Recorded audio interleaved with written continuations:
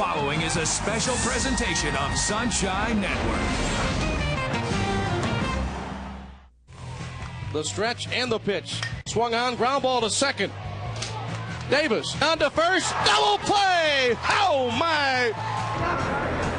Head coach Pat McMahon hopes the Gators' fortunes stay on a winning track today as the Gators beat the UCLA Bruins in the championship game of the Oklahoma City Regional. Coming next on Sunshine.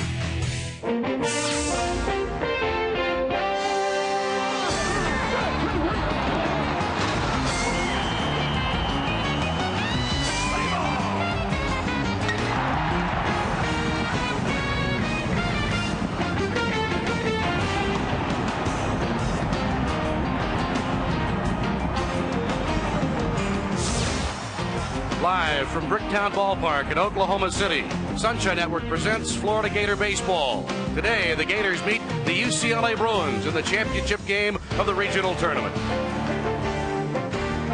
And a very pleasant good afternoon, everybody. I'm Mick Hubert. My pleasure to call the play-by-play and welcome you to Oklahoma City for an exciting day of Gator baseball.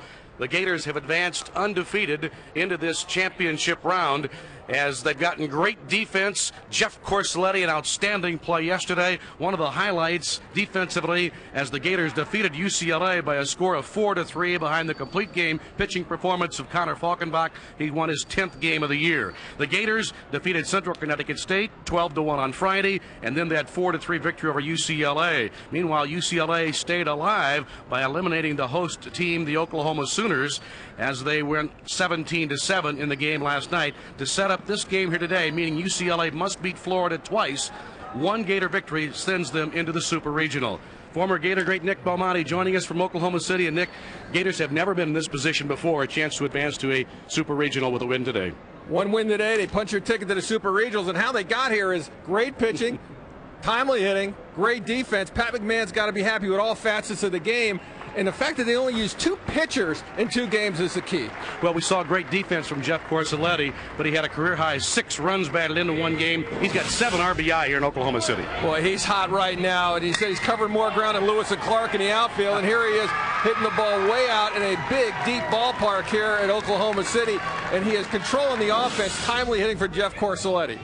And for UCLA, the shortstop Ryan McCarthy had 2 home runs yesterday. And this one was halfway to Kansas. Ryan McCarthy wasn't even recruited much out of high school, but he happened to live in Gary Adams, the head coach of UCLA's neighborhood. That's how he ended up there. Gary Adams thinks he'll be playing in the big leagues one day. As for the starting pitchers today, the Gators going with the veteran Tommy Boss with a record of 3-5, and for UCLA, Dan Miltenberger, a record of 3-1. Those are the pitchers. Back for regional baseball, Florida and UCLA coming next on Sunshine.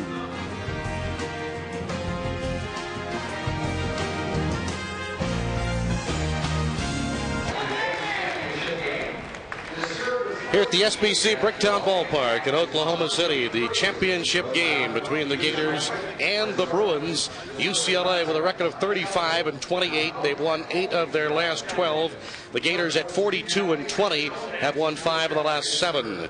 And for Gary Adams, UCLA, the visiting team today, the starting lineup brought to you by Bell South Answers. Bell South, listening, answering. Billy Sussdorf in left field leads off. Brett McMillan at first base batting second. Ryan McCarthy hit 2 home runs yesterday. The shortstop hits third. Wes Whistler, the DH, hitting cleanup. Preston Griffin at third base, batting fifth. Matt Thayer in right field at sixth. Chris Denovi, the catcher, batting seventh. Mike Spetlick hitting eighth at second base. And batting ninth in center field is Jared Page. Defensively, for the Gators today, Brian LeClaire in left, Jeff Corselletti, who's having an outstanding regional, in center. Ben Harrison, likewise playing well here in Oak City, in right. Johnny Tucker at third, Justin Torty at short, Adam Davis at second, C.J. Smith is at first. Matt Laporta gets the catching duties today for the Gators. There's a look at the umpires as assigned by the NCAA. Dave Buck calls balls and strikes. Don Novak at first base. Jeff Head, who works out of the Southeastern Conference at second base, and SEC umpire Scott Irby is the third base umpire in the 4-man umpiring crew here today. Well, we certainly have been blessed with outstanding weather here in the heartland over our stay in Oklahoma City. 82 degrees right now. The humidity is not bad. There's just a very slight chance of a passing shower. The skies are largely sunny. The wind, which has blown consistently here from 10 to 15 miles per hour out of the southeast, continues that today, which means here at the ballpark, it blows from the right field foul pole across the field toward the left field foul pole. Tommy Boss, 6'2", 215-pound junior right-hander from Denellen, Florida, to make his 14th start of the year, a record of 3-5. 67 plus innings, has allowed 85 hits, has struck out 28, has walked only 6. Opponents hitting .314 against him. He's given up 8 home runs, but he certainly has pitched well down the stretch. In fact, his last outing, a complete game, 98 pitch performance against Vanderbilt. However, the Gator offense shut out in a 3-0 Vanderbilt victory. So Pat McMahon has his Gators on the brink of their first ever super regional appearance since they went to this format in 1999.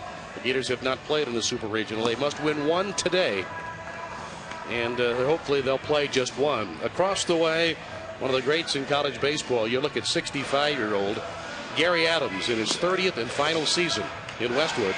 He's won 54%, and he's taken the Bruins to the 1997 College World Series. He took UC Irvine to 2 national championships in Division II in 1973, 1974 before moving over to UCLA. That man right there is going to be inducted into the American Baseball Coaches Hall of Fame next January.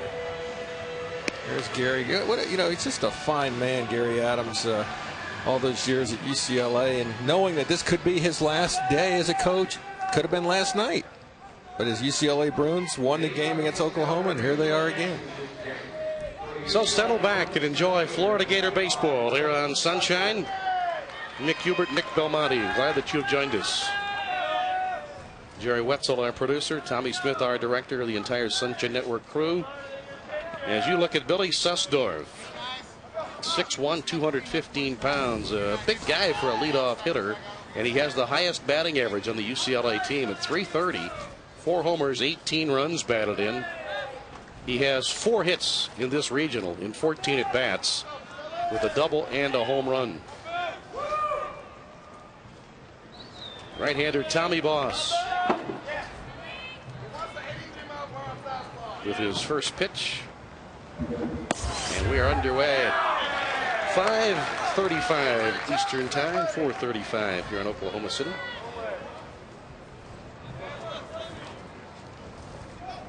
Boss, 3 wins, 5 losses.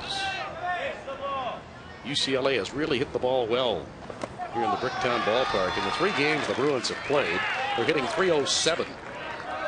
29 runs in the 3 games, 35 hits, and 11 of the 35 hits have been extra base hits with 5 doubles, a triple, and 5 home runs. You saw those stats prior to Tommy Boss making his first pitch. 85 hits in 67 1/3 innings. That's a .314 batting average against. However, when you don't walk anybody, you can do that. And Tommy Boss throws strikes. Hit out to Torty. And if that's an early indication of the game today, the Gators are going to be very successful. But when you hit balls in the 6 hole on the ground at the Florida shortstop, you have very little chance of reaching first base. He's money in the bank. Justin Torty has just been so solid defensively. In my opinion, the best defensive shortstop in the Southeastern Conference. And you can't say enough about what he does day in, day out at that position. That brings up first baseman Brett McMillan, getting .258. 6 home runs, 38 runs batted in. And another big athlete at 6'5" and 225 pounds. This is a good-looking group of athletes that UCLA puts on the field. They've had an up-and-down season. They were 11-3, but playing against outstanding opposition. They had a stretch in mid-March there where they went 3-10. Now they've won 8 of the last 12. In that regard, Nick, they're similar to the Gators, who have had a roller coaster ride. Yeah, and they came in here a pretty confident team, and they took it to the Oklahoma Sooners in front of a very partisan crowd that first day and said, hey, you know what, we could care less. Bouncing ball, CJ going to need help. Tommy Boss got over in a nice play. CJ with a double clutch, but Boss was no visitor there. He got over there like it was his home at first base. Well, what CJ tried to do first, he thought maybe I'm going to underhand it. Then had to adjust his arm angle to put a little something on it. You're going to see it right here. Now you can see he's getting ready to toss it underhand, and in the last second he says, wait a minute, I got a little ground to cover. Adjust the arm angle, which makes it a lot more difficult to throw, and he makes the play. Now here's the UCLA shortstop, Ryan McCarthy, hitting an even 300. 15 home runs, 47 runs batted in. He hit 2 home runs last night as the Bruins beat the Sooners 17-7. That is one that you see. He left the yard in that parking garage. That's the furthest home run I've seen hit here in the last 3 days. And that includes the AAA games we've seen. He finished 5th in the Pac-10 conference during the regular season in home runs, 8th in the Pac-10 in doubles.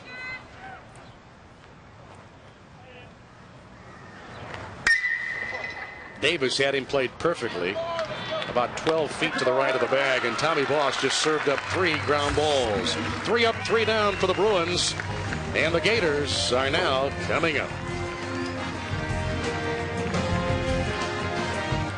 Tommy Boss set the Bruins down in order on just a total of 9 pitches. And now the Gators come to bat, brought to you by Bell South Answers. Bell South listening and answering. Johnny Tucker at third base to lead it off. Stephen Barton gets the starting assignment as the DH today, hits second. C.J. Smith at first. Ben Harrison, the cleanup hitter. Jeff Corselletti at center, batting 5th. Then Adam Davis dropped to 6th today in the batting order. Matt Laporte is the catcher today, hitting 7th. Justin Torrey bats 8th, and left fielder Brian LeClaire bats 9th.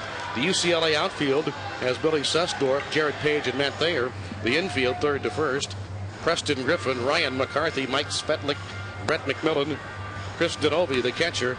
And the UCLA starter, Dan Miltenberger, stands 6 feet tall, 181 pounds, a sophomore right-hander from Mission Viejo. 3-1 record, 4.22 ERA, only his 4th start of the year. In fact, he's worked just 21 in the 3rd innings this year. Allowed 22 hits, has walked 13, struck out 14. Opponents batting .272 against Miltenberger, and he served up 3 home runs. Gators need to win just 1 today. FSU needed to win just 1. They're going to have to win the nightcap of that. Essentially a doubleheader at Dick Hauser Stadium, because UCF defeats Florida State 7-5 in game 1, and shortly they'll start the winner-take-all game to advance to the Super Regional out of the Tallahassee Regional. Well, this should be interesting, Mick. You got Dan Miltenberger, the pitcher here. Only pitched 7 innings last year as a freshman. This year as a sophomore, as you mentioned, only 21 innings. So this is an unproven guy getting a call in a tough situation, a game where they cannot lose. So the Gators, if they can jump on him early, it's going to be huge in this ball game. He's a fastball, curveball, slider change guy. He's got all 4 pitches, 87 and 90, as far as how hard he throws. But again, it's just been the lack of times out there, only being his 4th start of the year. You wonder if it's going to affect him. Well, the Gators beat UCLA yesterday 4-3 on just 8 hits, a double and a home run, the 2 extra base hits. And over the final 4 innings of yesterday's game, the Gators got no runs on just 1 hit against the Bruin pitchers. Johnny Tucker at .275 to lead it off. He's 2 for 10 with a pair of 1 for 5s here at the Bricktown Ballpark.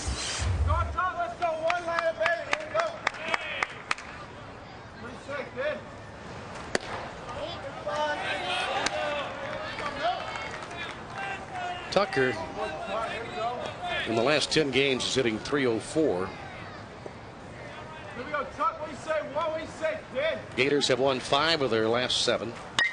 That's bounced foul, third base side.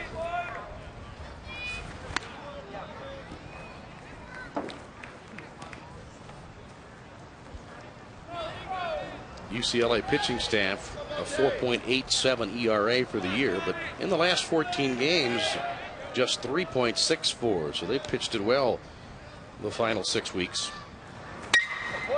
There's a base hit to left past McCarthy. So Tucker leads off with a base hit to left field. And Johnny Tucker has done a great job running in this postseason.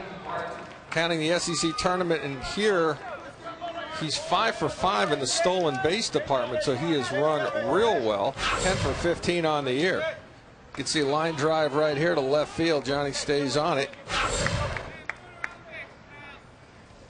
Let him bring up Stephen Barton. Barton with just one sacrifice bunt on the year. He steps in hitting .260. Has only 2 hits his last 10 trips to the plate. He was 0 for 3 against Central Connecticut State and did not play against the Bruins yesterday.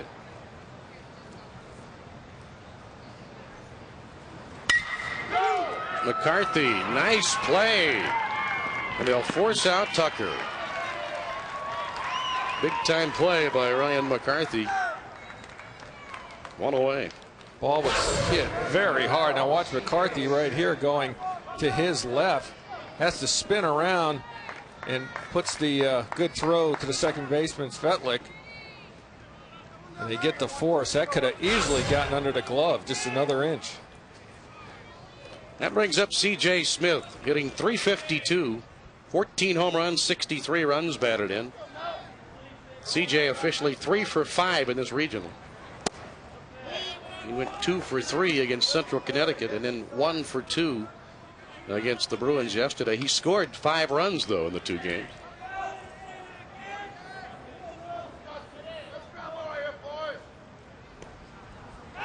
Throw to first, the runner Barton diving back. Well, you got to think twice when you run against this catcher, Chris Denovi for UCLA. He has an outstanding arm behind the plate. He'll throw behind runners today. We might see that.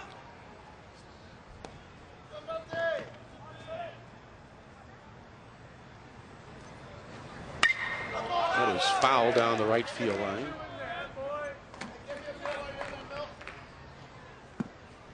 Well, one of the things Miltonberger you have to look at. Now here's a guy, he said 21 in the 3rd innings. These are the kind of guys you put them in game situation, not just their pitching, maybe in a bunt situation, in a fielding situation, it may not be as sharp as guys who've been out there all year.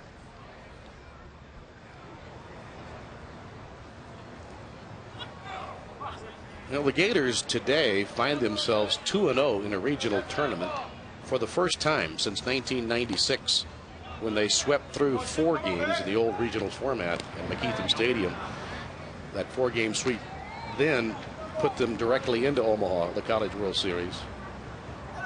They went to Omaha again in 1998, but after a first game victory, Florida was beaten in game 2 by Baylor and still managed to win it to advance to Omaha 6 years ago.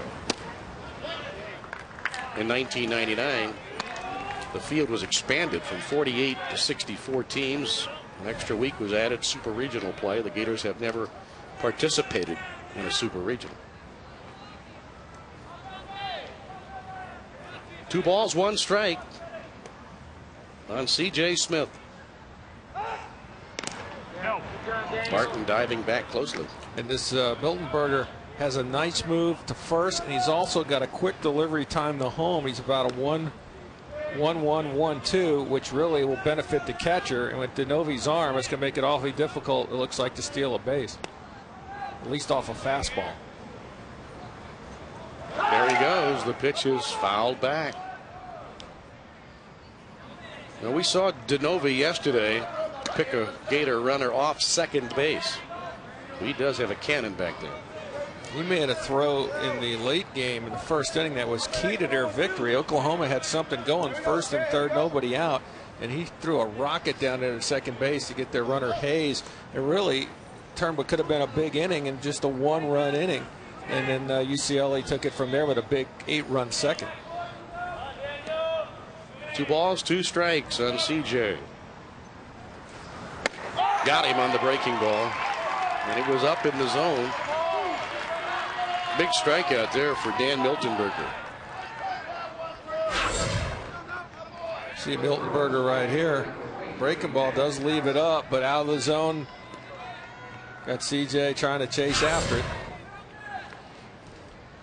Well, you roll the dice, though, when you hang a breaker like that. Now, you've seen bad ball hitters hit that ball to right center field for extra bases. Here's Ben Harrison. He can spray it around to all fields.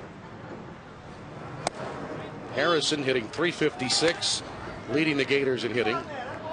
17 home runs, leading the Gators there. 66 runs batted in. He's bidding for the team triple crown. And hitting the ball hard, and his approach has been outstanding. The second half of the season is about as good as it gets.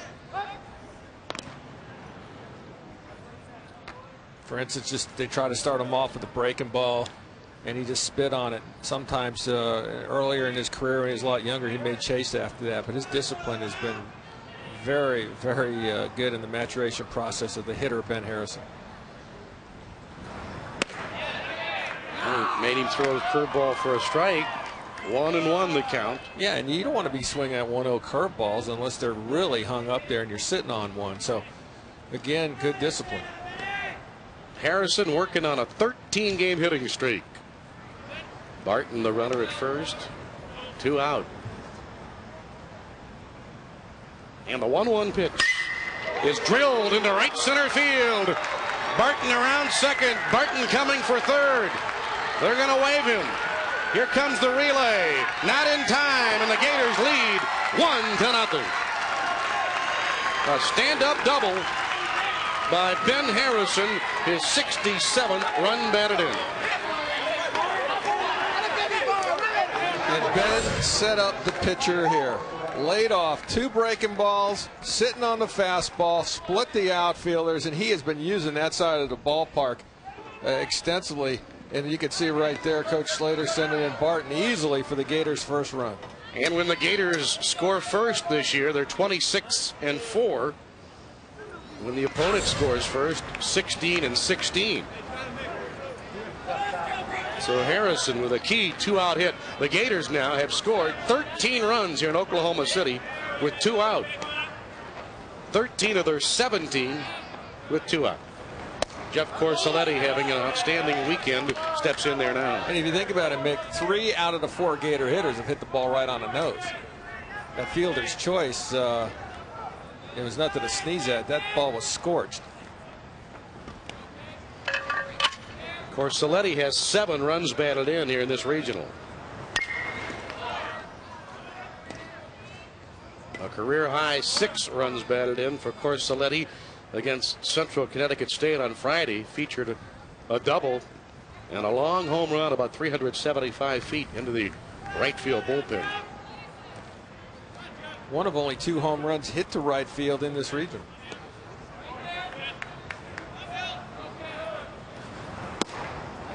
The wind has been blowing against the left-hand hitters. It's been blowing a crosswind, forcing balls from right to left at about 10 to 15 miles per hour. Beautiful Bricktown Ballpark right here in Oklahoma City downtown. 2-1 pitch. Curveball evens the count, 2-2. Gator hitter is very patient.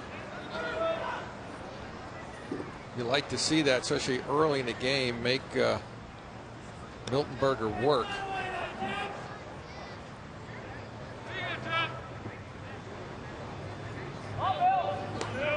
Two balls, 2 strikes. Harrison leading off second base.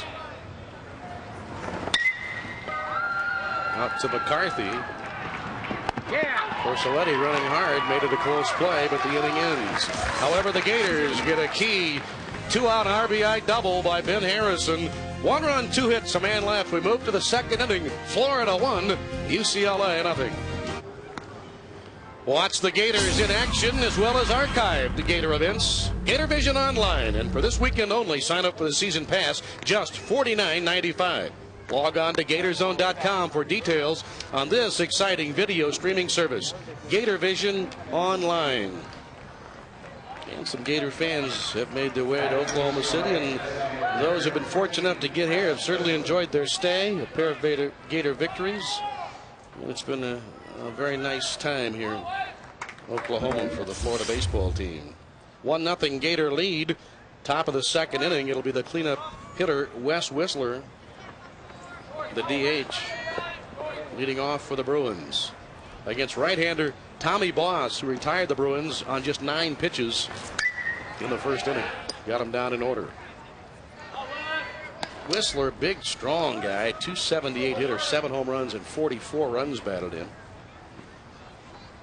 And he had a home run here on Friday against Oklahoma.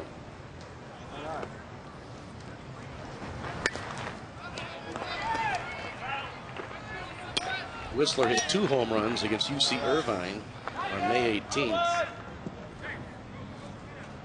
He actually had a better season a year ago. He led the ball club with 70 hits last year. Hit 310, about 25 points higher than he's currently hitting. I asked Gary Adams, I said, when he becomes a pro player, is he going to be a hitter or a pitcher? And he said he's one of those guys where if they sign him as a pitcher and it doesn't work out, he could just flip-flop and become a pro hitter. He thinks he's that good in both departments. Just missed outside.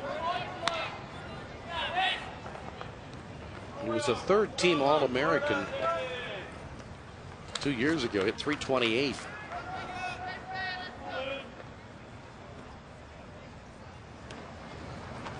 Got him on the breaking ball.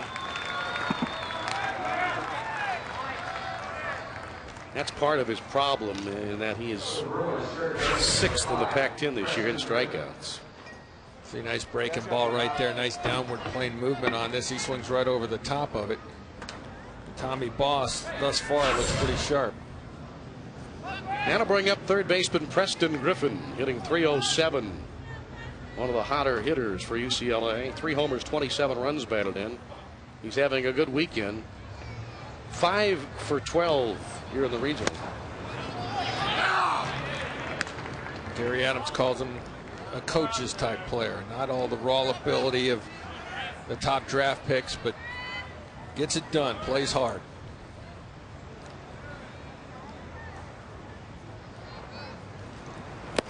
Big cut, 0-2. Griffin, a senior from Long Beach. Hit 264 last year, just 197 as a sophomore, 245 as a freshman. Has an outstanding glove defensively. The 0-2 pitch. Curveball, and he lost it to right. Harrison coming hard. Can't get there. A little flare that'll fall in. That's the kind of weekend it's been for Preston Griffin. Well, Coach Adams said, Gary Adams said, the guy gets it done. He got it done. Took a pitcher's pitch and just dunked it into right field. 2-strike base hit for Griffin. Look at that. Just throws his barrel at it. First hit of the game by the Bruins, and that brings up right fielder Matt Thayer. Thayer hitting 327. Had a big day in the victory last night against Oklahoma. 2 for 3, a double and a home run. 3 runs batted in.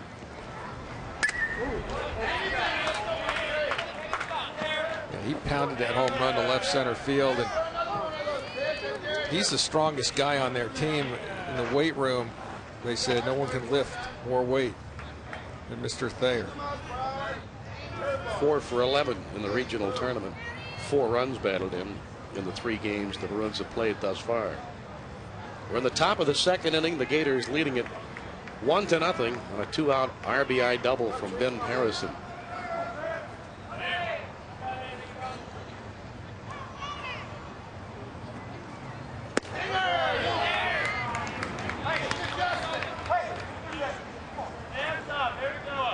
Bruins are making their 11th regional appearance, their first in the regional since the year 2000, when they won the Oklahoma City Regional, and they won it right here at the Bricktown Ballpark.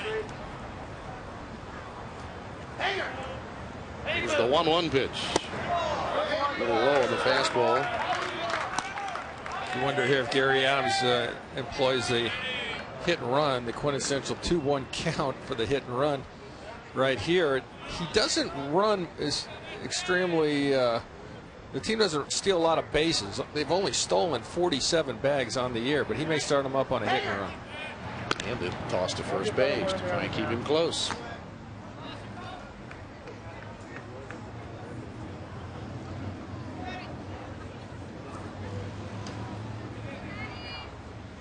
Two balls, 1 strike. Runner not going. The pitch slapped into the upper deck down the right side.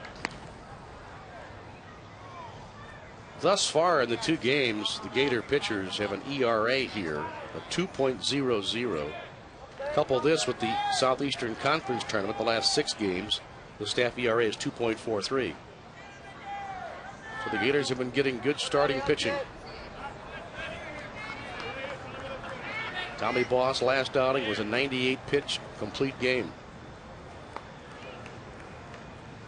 The 2-2 delivery. Strike 3 called on the outside corner. Fastball catches the corner, had him guessing. But with 2 strikes, you don't have the luxury of taking this pitch. I just think, now watch it tail it right back at the end. And some nice movement, catches the corner. About thigh high. That brings up dangerous hitter and catcher Chris Denovi. .290 batting average, but 3 for 3 last night. A double, 4 runs batted in against the Sooners.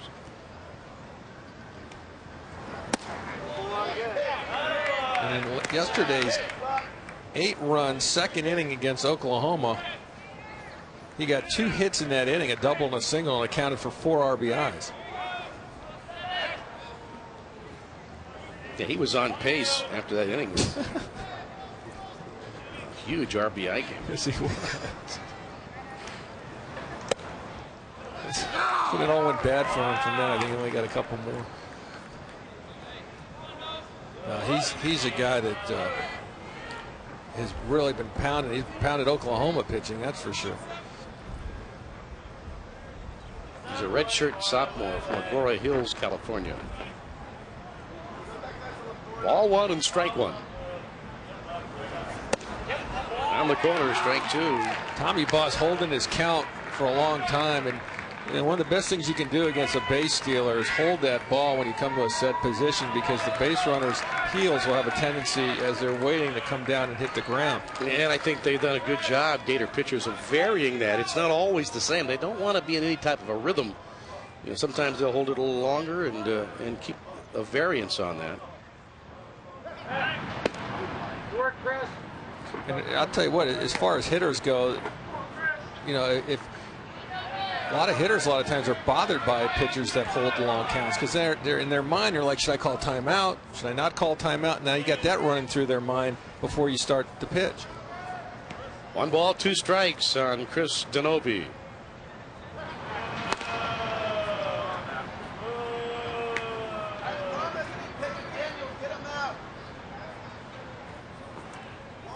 He has not run that much this year.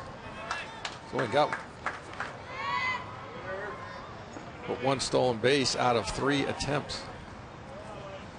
1-2 pitch. Hit toward right. Harrison near the line will make the catch about 10 feet off the line with very little foul ball room here. So 1 hit, no runs. A man left after an inning and a half. Gators 1, Bruins nothing.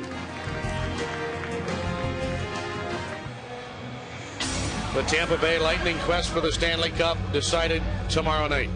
Join Paul Kennedy, Rick Peckham, and the Chief Bobby Taylor for pregame coverage of Game 7 during Toyota Lightning Ice Time. Tomorrow night, beginning at 7:30 only on Sunshine. Bottom of the second with Nick Belmonte, Mick Hubert, right here on the Sunshine Network. The Gators leading it 1-0. At the SBC Bricktown Ballpark in downtown Oklahoma City. Seats about 13,000. It is the home of the Oklahoma Redhawks in the AAA Pacific Coast League. That's the farm club of the Texas Rangers. Redhawks have already played a game here today, beat the Albuquerque Isotopes. Even that series at a game apiece, 4-game set. So been a lot of baseball in this yard the last 48 hours or so. In fact, there were 2 on Friday, 4 yesterday, already 1 here today. This is the 8th of what could be 9 games in about 50 hours. I'm sure somewhere in the stadium there's a groundskeeper flat on his back taking a nap. Adam Davis hitting at .317 to lead it off. 1 for 3 against Central Connecticut State, and then a rough day yesterday. 0 for 5 with 3 strikeouts. He was batting mostly as a right-hand hitter yesterday against left-hander Wes Whistler, who's the DH today for the Bruins.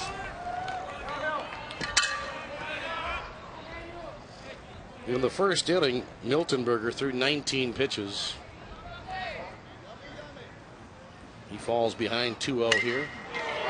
And then Davis drives one to right center field. A big turn. He'll settle for a single. A leadoff base hit for Adam Davis. That's how the Gators start the second inning. Was looking for a fastball in his zone. Got it.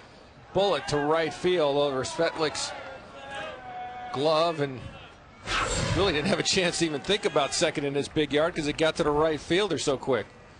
Now here's the Gator catcher, Matt Laporta, hitting .277, but has struggled the last few games. There goes Davis. First pitch, testing Dinovi's arm. The throw, not in time.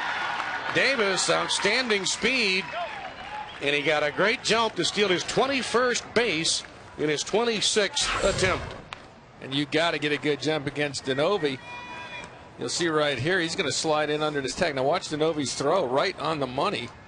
Maybe just a touch high, because had he gotten it lower, it might have been a bang bang. All right, 1 ball, no strikes on Laporta. Laid off the breaking ball.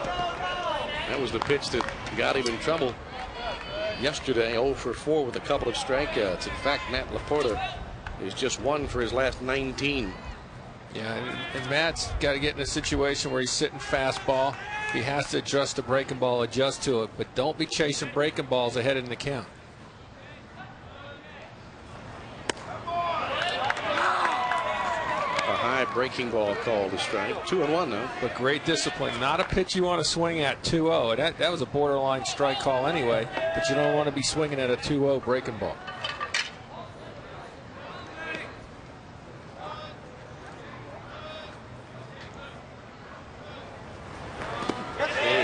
Again. 3-1 the count. First base umpire there says yes, he did hold up. In fact, Don Novak. A steady diet of breaking balls on Laporta, and the person calling these breaking balls is the catcher, Chris Dinovi. He calls all the pitches. Davis at second base. No one out for the Gators in the bottom of the second inning. And this one's a wild pitch. Davis around third and putting on the brakes. Ball 4 is a wild pitch. The Gators have runners on the corners with nobody out.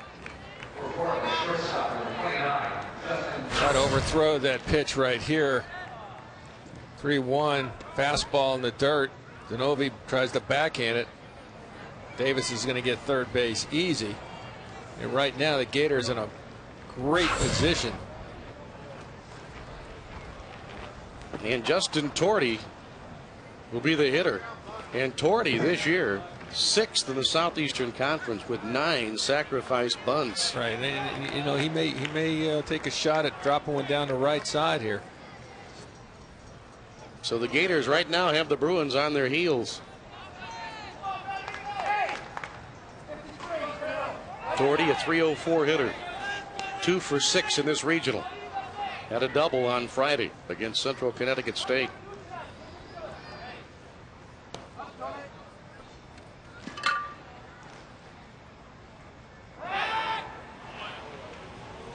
Torty never moved to the plate, didn't give anything away on that bluff.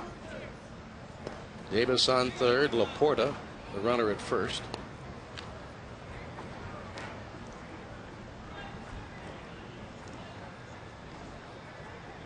He was just waiting for someone to call time right there, see if anybody gave anything away.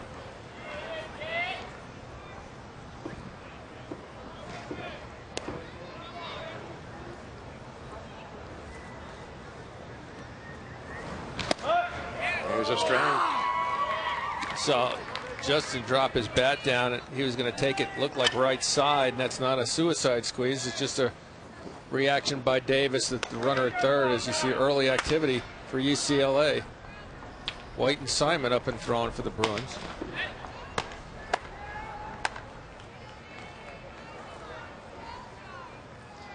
Tim Leary now will make a visit. Former Dodger hurler, pitching coach for Gary Adams. I would think that Miltenberger is on a very short leash here, so they're buying some time because he has been very deliberate. Torty's been up for about 4 minutes and has seen one pitch. Well, let's take a trip around the regionals. LSU beat the College of Charleston to win the Baton Rouge Regional. South Carolina won its regional, beating North Carolina 7-6. UCF has forced a second game in Tallahassee. Arizona beats Notre Dame. Andy Lopez is in the Super Regional with a 7-6 win. They won 3 games. Congratulations to Lopes. Rice beating Texas A&M 3-1. Texas wins the regional, beating Oral Roberts 7-3. Tulane beats Washington 9-3. All right, the Gators leading 1-0 with runners on the corners for Justin Torty. And again, they bluff.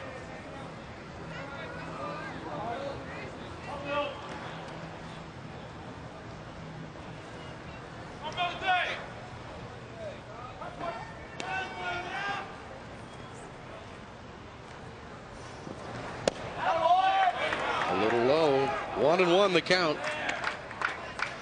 Well, Miltenberger, a pitcher with 13 walks in 21 in the third innings. So he hasn't been exactly the sharpest guy out there control-wise. So the Gators showing patience, running deep counts here. They've got him on the ropes, no question. Ball 1, strike 1. Coming back our way, but we'll be below. We got a souvenir into the seats right behind the plate. 1 ball, 2 strikes on Justin Torty. The outfield is straight away. And at medium depth, a healthy fly ball would score Davis from third. Laporta, the runner, at first. Well, Justin looking for a ball he can put in play here. Don't want to strike out in this position. And there's a line drive single to center field. Adam Davis scores. Torty drives home his 39th run, and the Gators lead 2-0. Well, you look at from top to bottom, and only 2 Gator hitters have not put good swings. I'm not going to count the walk to Laporta because he walked, but everyone else has hit the ball hard. So Gary Adams, I'm sure, is going to be making a move fairly quick. This is a fastball right down the middle. Maybe just a touch low, but Torty's sitting right on that and hits a bullet up the middle, and that's probably going to be it. See Davis freezing and then scoring easily on that. So Tim Leary makes his second trip to the mound. That's the obligatory call to the bullpen. The start for Dan Miltenberger, his 4th of the year.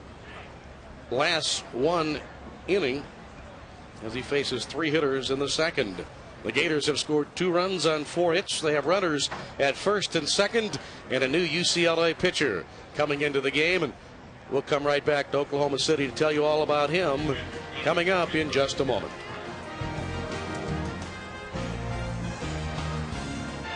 Thank you. It's been a good start for the Gators so far with a run in the first and 1 in the second and still batting, and the Bruins have to go to the bullpen early.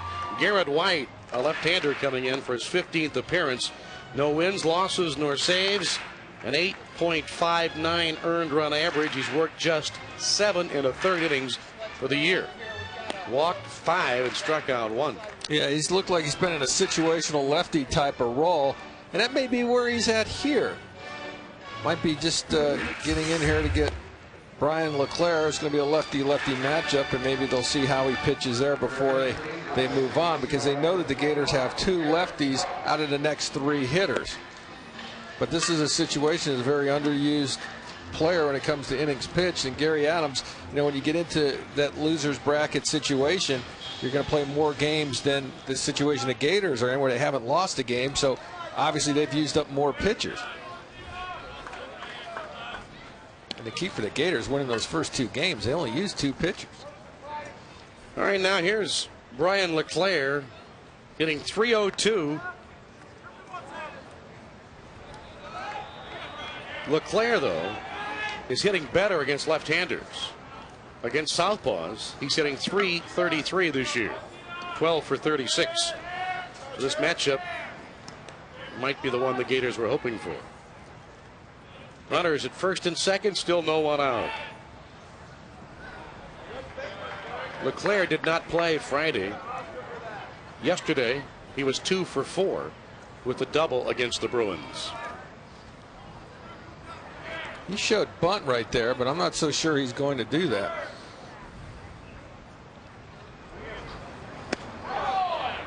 Big breaking ball, but a bit high for ball 1. LeClaire just missed a home run yesterday. He hit it right on the chain link fence above the padding. Just missed it by about a foot, hitting a home run opposite way. Laporta at second, Torti at first. The 1-0 pitch comes in and hits him. Well, the Gators have been hit by pitch 67 times this year. That's the third most in the history of Gator baseball, and that has loaded the bases with nobody out. Well, this is just gets away from him, breaking ball. And now UCLA in a world of hurt here. Pat McMahon knows he can go for the jugular. This is one of those statement innings if you can get it done. Johnny Tucker this year is 4 for 10 batting with the bases loaded. They brought in Garrett White, as you mentioned, Nick, probably to go lefty on lefty.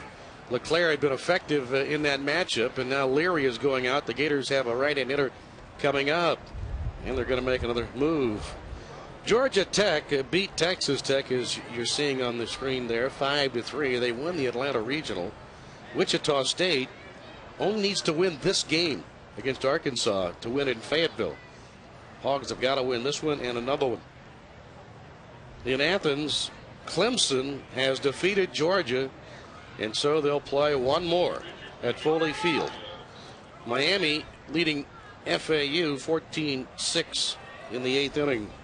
And Vanderbilt and Virginia, a 4-3 game, early contest, 3rd inning in the rain-plagued Charlottesville setting there. So a new pitcher is coming into the game for the Bruins. This will be their 3rd pitcher already, as the Gators have scored a run. They have the bases loaded. Adam Simon in his 24th game, 2-3 record. He has 5 of the Bruins' 11 saves. You can see he's a guy they really want to, or rather, he has their 13 saves. He really likes to close out games, but if they don't get themselves going, he's going to close out the season. You can see right there, 25 walks in 35 innings. He's got to come in here throwing strikes. There's a lot of pressure on him to do that. He's going to face the top of the Gator order. He needs a strikeout pop-up here or a ground ball double play. I would think in this situation, it only being a 2-0 game and being this early, I think you still got to play double play up the middle for sure. You can't allow the Gators to run away if you're Gary Adams, because they're so depleted on pitching right now. I think they would gladly give up a run for a double play here. So the Gators with a 2-0 lead. They have the bases loaded. Johnny Tucker will be the hitter. Well, UCLA has Casey Jansen, who's their ace. He pitched a great game against Oklahoma in their first game. He's a 10-4 record pitcher with a 3.16, so he's clearly their ace. And I asked Gary Adams, I said, well, what do you think? If you had to, do you bring Casey Jansen in? He says, I've never done that before. You know, I thought about it, but I haven't done it in 35 years of coaching in this situation because I doubt I'll do it today. Big rally you see there for the Razorbacks. They've beaten Wichita State. That is a final score now. There will be another game coming in Fayetteville. Miami leading 19-6 in the 9th inning.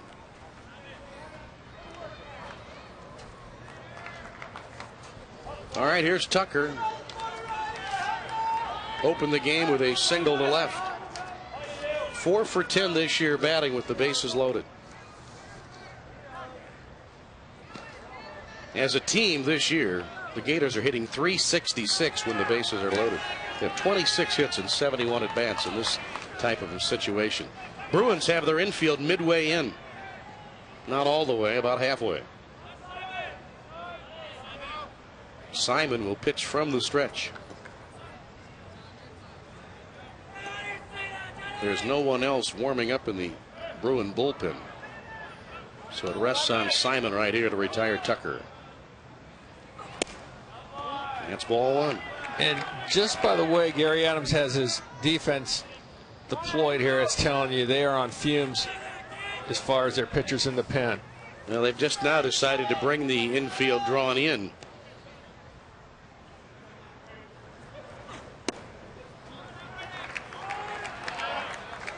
Two balls, no strikes. Gary Adams is saying we've got to shut them down here. We don't have the pitching to let them have any more runs. So Gators could deliver a huge blow this inning. And ball three is low. 3 balls, no strikes. Well, that 25 walks in 30+ innings look like it could be trouble, and it looks like it has so far as you look at the bases loaded.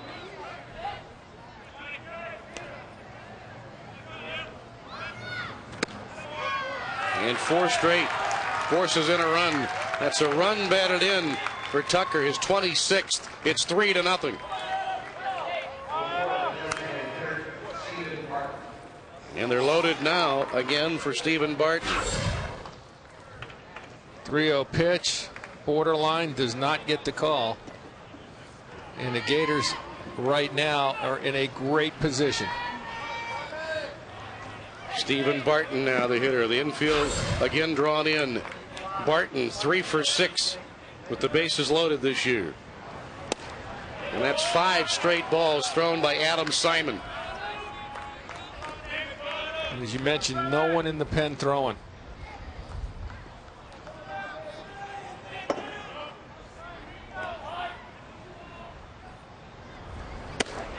There's a strike in the outside corner. They play Barton straight away. He put a good swing on a pitch by Miltenberger his first time up. Nice play by the shortstop McCarthy on the fielder's choice, but he hit it hard. 1 ball, 1 strike. And on the outside corner, strike 2 is called. Well, no question here, Barton's got to find a way of putting the bat on the ball. Good things will happen if he does. Gators with 2 runs in and a 3-0 Florida lead here in the bottom of the second.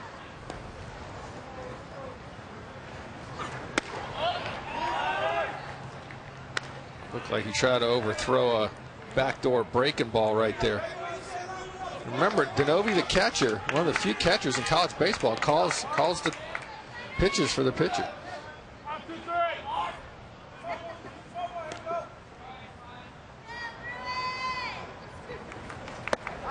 And another full count. One more like that would force in another run. One thing Barton knows now, he's got to come into him with a strike, so he's got to be ready to pull the trigger.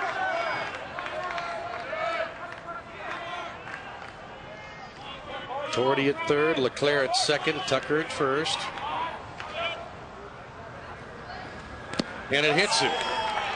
And forces in another run. And it's now 4-0.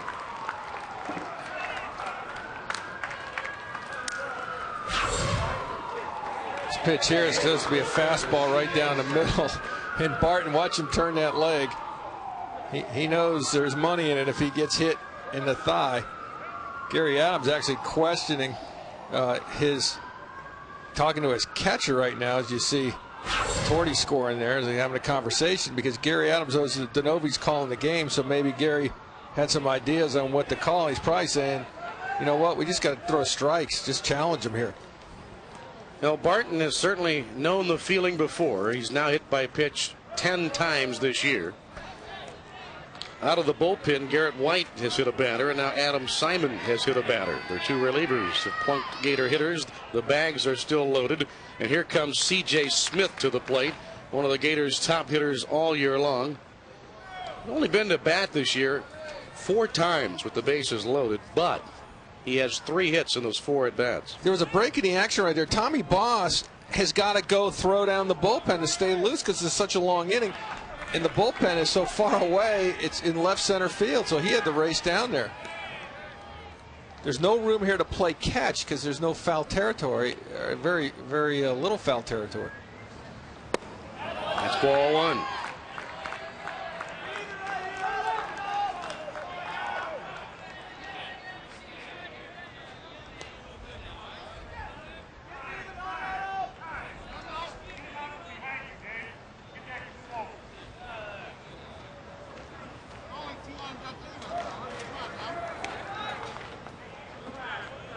Bruins now going to get somebody busy down there in their bullpen. Daniel Reed. Yeah, well, you know, they're going to have to throw position players out there if this guy can't throw a strike. Here's the 1-0 pitch. And CJ takes a breaking ball for a called strike. Well, yeah, CJ right here, he's locked and loaded. He could deliver a knockout blow here. Sitting on a pitch he could drive. The Gators have scored 3 runs this inning on only 2 hits. And a strike at the knees, 1-2. The best pitch that he has thrown today. That was a fastball down and away, catches the corner, but a good spot. The Gators have received 2 walks and 2 hit batters in this inning.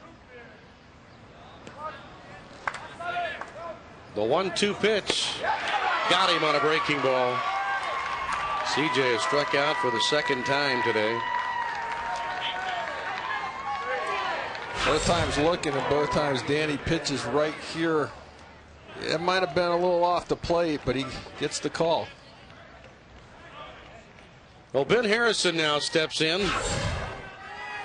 Harrison 3 for 5 with the bases loaded. And he's hit 3 career grand slam home runs. Look out, turned him away. He's the 8th Gator to hit here in the 2nd. Already with a 2-out RBI double back in the 1st inning.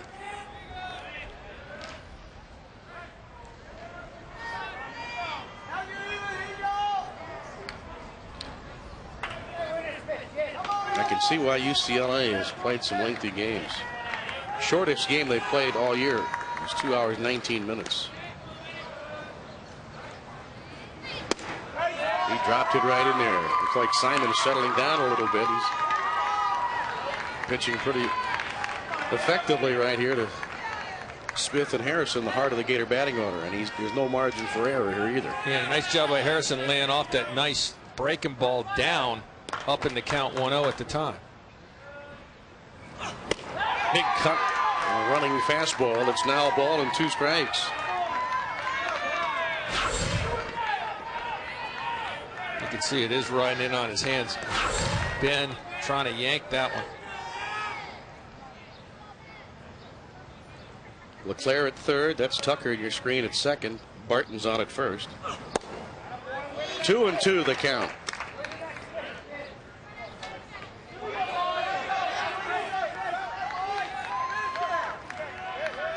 That's LeClaire on 3rd. Tucker on 2nd. Barton on 1st.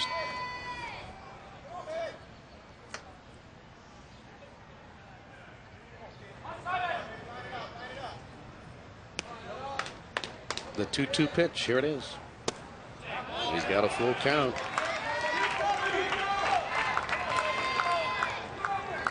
Ben's got to think right here. He's got to come in, throw me a strike, be in my area. I got to be ready to unload.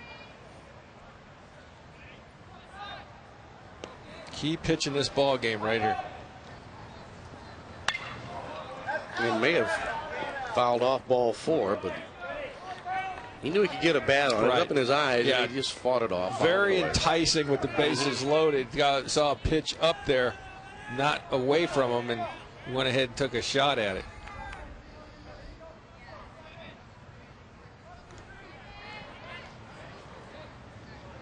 Ball 3 and strike 2. And there's a base hit past Svetlik. LeClaire is in. Tucker is in. And the Gators lead 6-0. 2 more runs batted in by Ben Harrison. He has 8 runs batted in the regional.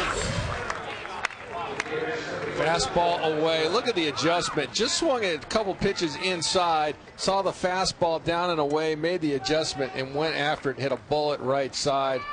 Another great at bat by Ben Harrison. See Tucker scoring easily there. Gators now with a 6-0 lead. The 9th Gator to hit in the inning, Jeff Corselletti. A fly ball would bring in another run.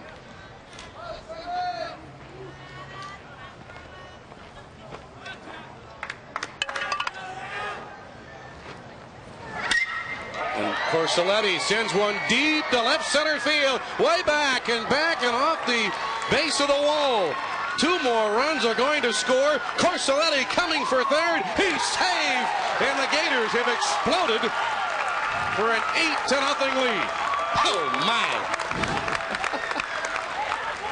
I don't pop the corks yet, but it's looking good. Corselletti, wow, hits a smash. This ball's pummeled to left center. It looked like it for a second there. It looked like it had a chance of getting out, but this ballpark gets real deep in that part. And Jared Page is trying to get it back in, and he seems like he's 3 states over at this point. And Corselletti makes it in third easily. That's the Gators' 15th triple of the year. They've hung a 7 spot on the board here in the second inning. And the Bruins, who came to the ballpark knowing they'd have to beat Florida twice, really behind the 8 ball. 8-0.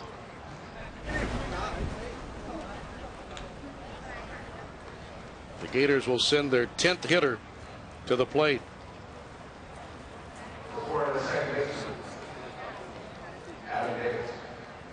Adam Davis opened this inning with a base hit. Infield still drawn in. They have to be at this point for the rest of the game, unless it's a situation where they mount out. You talk about UCLA's offense. They put an 8 spot up against Oklahoma yesterday. I don't think Pat McMahon doesn't know that, and that was in the second. Well, Tommy Boss has got to be the happiest pitcher around, because Tommy Boss, in his previous 7 starts, the Gator offense has supplied him with 23 runs. So he's pitched on very low supply. In fact, in 2 of the last 7 starts by Boss, the Gator offense has been shut out. So he's thinking, wow, Christmas in June. Well, he just got to throw strikes. I'm sure Ross Jones has told him that 5 times already during this inning. 1 ball, 2 strikes on Adam Davis. Corselletti on third with just 1 out.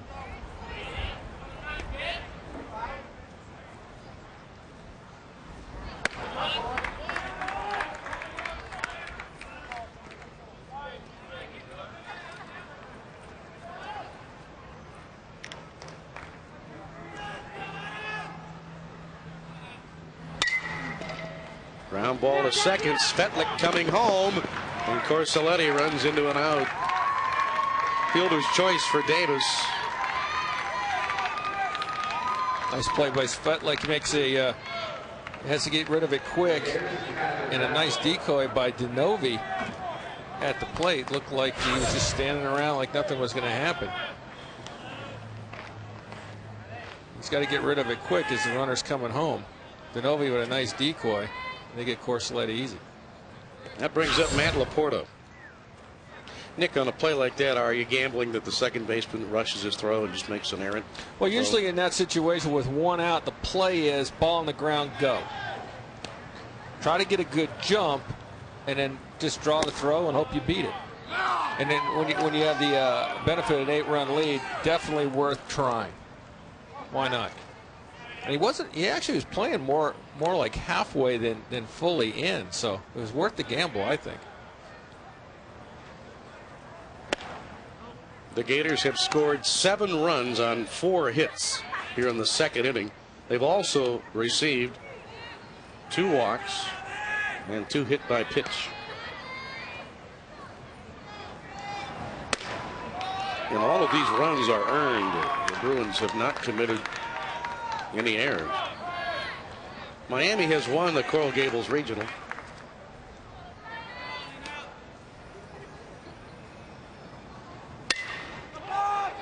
Popped him up. McCarthy is going out, and the shortstop will make the catch to finally retire the side. But what an inning for the Gators. 7 runs on 4 hits, and after 2 innings here in Oklahoma City, Florida 8, UCLA. Catch the latest on Gator Sports by tuning in to Gator Zone, presented by Cox Communications and Dodge, here on Sunshine. James Bates, Larry Battelle look back at weekend results and ahead to upcoming events. We look ahead to the top of the third. He looks ahead. Actually, he looks down on everything because he's got the catbird seat on the top of that parking garage. That's the Bricktown Ballpark version of the roof at Wrigley Field, isn't it, Nick? Yeah, and he's lucky the wind's blowing the other way. That's a long drop. I think it's just $5 to go in there and park. So that's a pretty good deal. Sunburn, no extra charge. Mike Svetlik, second baseman, batting 8th in the UCLA batting order against Tommy Boss. Boss has made 25 pitches the first 2 innings. 1 hit, no runs. And he's going to have to fill up the zone. I mean, that's basically the job description here. Throw strikes, let your defense go to work. And 2 strikes.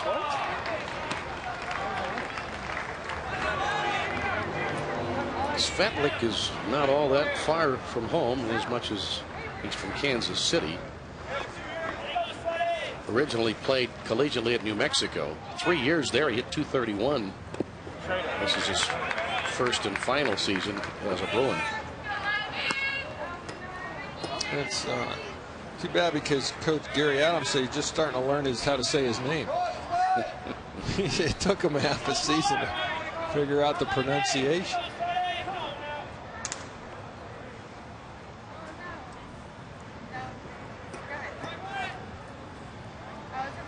Gary Adams was the head coach when Andy Lopez was playing shortstop for UCLA in the middle 70s. They're both in the UCLA Hall of Fame. And congratulations again to Andy Lopez. His Arizona Wildcats won the South Bend Regional. Andy Lopez Wildcats now in the Super Regional. They're going to play the winner of the Long Beach State Stanford Regional.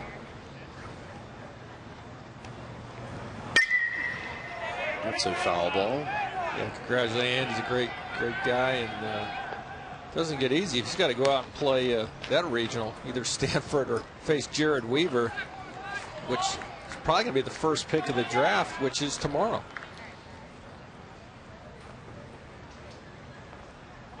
Svetlik had 4 hits and drove in 5 runs against Southern California May 2nd. That ball just foul and smoked.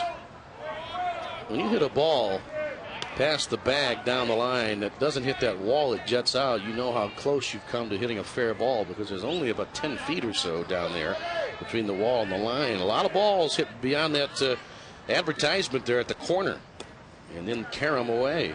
And that's the job of the shortstop. On anything hit down the line, he's got to bolt for that corner.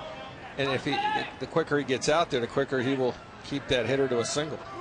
2 balls, 2 strikes. And Svetlik fouls it off again. Tommy doing what he's supposed to do, just throw it in there.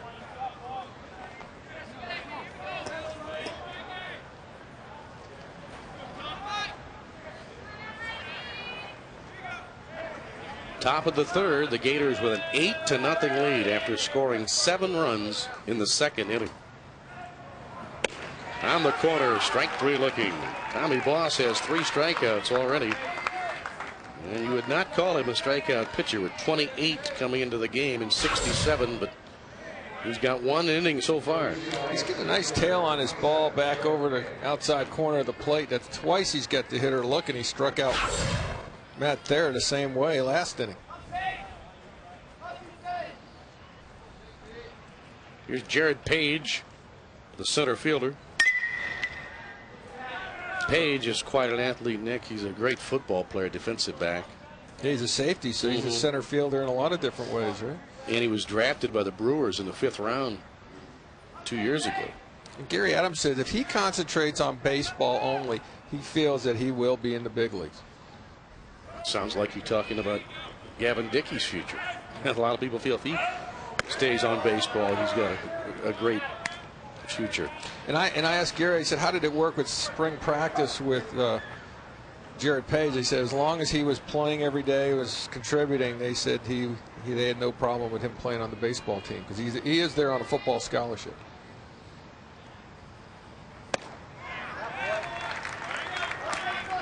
There's the aforementioned Gavin Dickey. Gavin's going to play some summer ball in the Coastal Plains League this summer around the Virginia area, and he'll get a lot of great experience if it's an everyday playing situation. The 1-2 delivery. Hits it well. Corselletti at the track, looking up. That's about 395 feet away, and a towering fly out number 2. Corselletti, just like hitters feel comfortable with their swings, Corselletti feels very comfortable playing center field. There's Justin Hoyman from Friday. Connor Falkenbach picked up where Hoyman left off with his outing. And Tommy Boss is now following suit. That's just an indication, Nick, of the Gators starting pitching right here in Oklahoma City. And you know what? It all started back in the SEC championships where the Gators were Hoyman threw a complete game. Boss did the same thing. Falkenbach followed. So the Gators throwing just 3 pitchers in the first 3 SEC games was just setting this whole thing up where they were rested and ready to go for this region. Sussdorf grounded out to Justin Torty to start the ball game.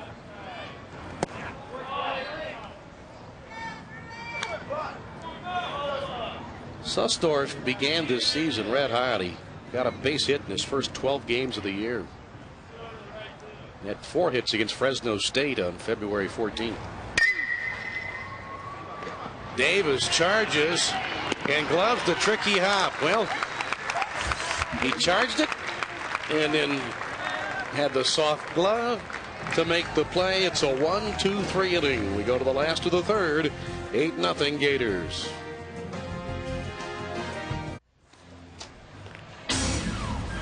Above the Rim Classics, a summer showcase of memorable Florida and Florida State basketball games, debuts tomorrow night on Sunshine. We turn back the clock to 1997 as the Gators fall off a second half rally from Mississippi State. Gators, Bulldogs, 1997, tomorrow night at 8, only on Sunshine.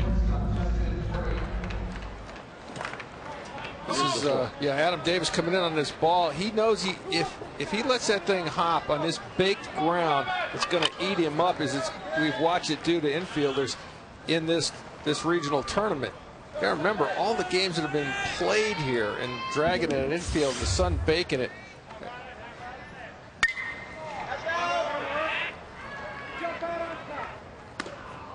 You know, it's a question of he who hesitates is lost on this infield. If you see that big hop coming, you've got to go in there, and even if you had to do what he did and that short hop it, you're going to be better off. Justin Torty had an RBI single back in the second. That was a huge hit in that inning. It was, because it scored the Gators' second run, and at that point you don't know if you're going to get another one after that. It turned out they got 6 after that. Yeah, it was a first third situation, a strikeout pop up, and maybe the next guy gets a ground ball. They're out of the inning, not giving up any runs, and you're looking at just a 1-run game. 2 balls, 2 strikes. And what that hit by Torty did, it helped start the pitching merry-go-round, because at that point, Miltonberger was starting to lose it. Another full count.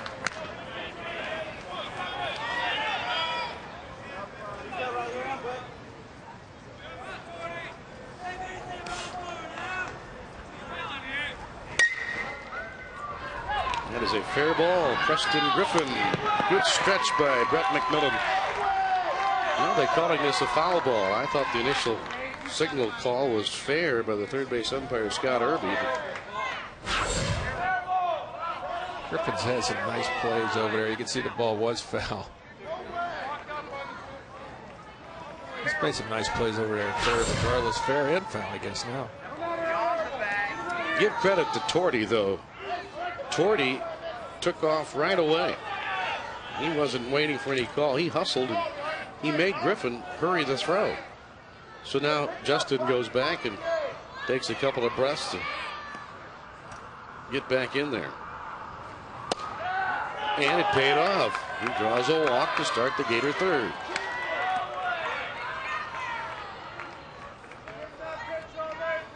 So a leadoff walk, and that brings up Brian LeClaire.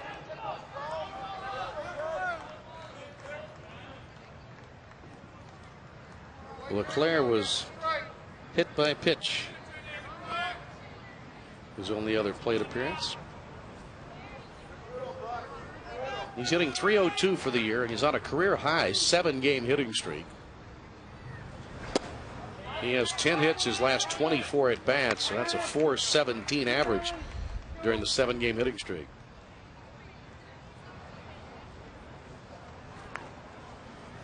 LeClaire was drafted last year by the Orioles in the 26th round.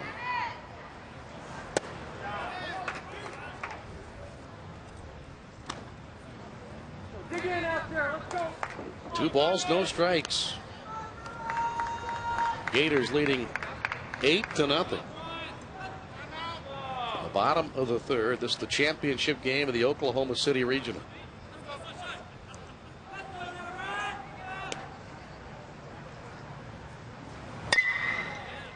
Bounced in the Bruin dugout at first. Vanderbilt now leading Virginia 5-3 in the 6th. Cal State Fullerton, big lead over Pepperdine. Long Beach State trying to win at the Sunken Diamond in Palo Alto. Bouncing ball to McMillan. He's going to make the long throw to McCarthy, and he'll get Doherty out at second base. It's a fielder's choice for Brian LeClaire. McMillan, good first baseman. He knew exactly what he was going to do on this. Bounding ball. McMillan knows he's going to go right to second base, no hesitation. Throws a perfect ball to get the force. Back to the top of the batting order. Johnny Tucker has now been to the plate 3 times in 3 innings. Has a single and a walk and a run scored.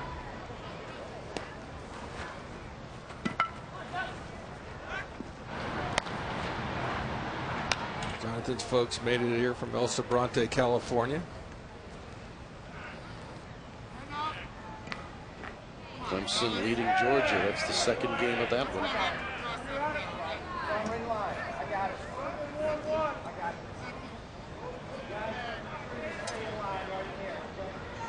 LeClaire at first base.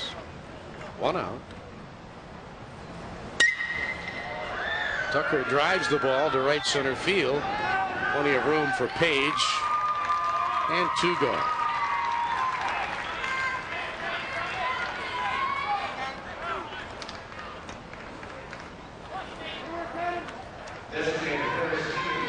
That brings up Stephen Barton, drawing the start today as the DH, and he's already scored 2 runs in 2 innings.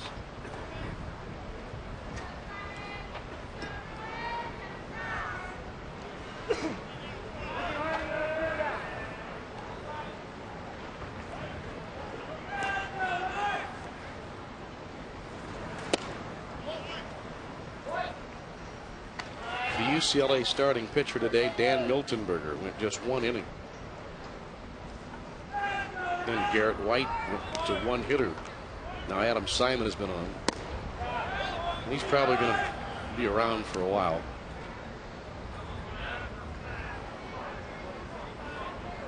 Two balls, no strikes on Barton. C.J. Smith, the on-deck hitter.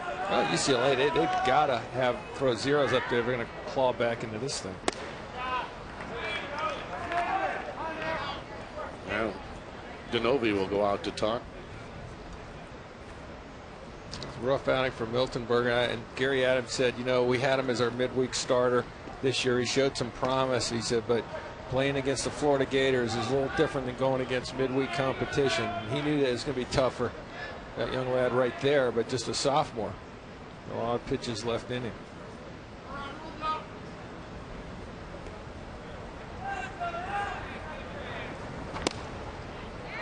And a strike at the knees. It's 3-1. Coming into this game, the Gators were hitting .284 in their 2 victories here in Oklahoma City. 16 runs, 19 hits in the first 2 games, and already 8 runs in game 3. They're going to get them on the corners right here. Barton's bounding ball into right field will send LeClaire around to third base. That's that hard ground we were talking about. He hit that in the ground right around home plate. Now watch the bounce it gets. Wow. It almost gets from home plate to the grass in the outfield. First baseman had no shot at it, McMillan. Now here's C.J. Smith. He'd like to get a piece of the action. He's 0 for 2 today with 2 strikeouts. And he swings in the first pitch and drives one into straightaway center field. Page at the warning track's edge, right at the 380-foot mark in straightaway center field. Retires C.J. Smith. No runs for the Gators on a hit. 2 men left. We've completed 3. Florida 8 and UCLA nothing.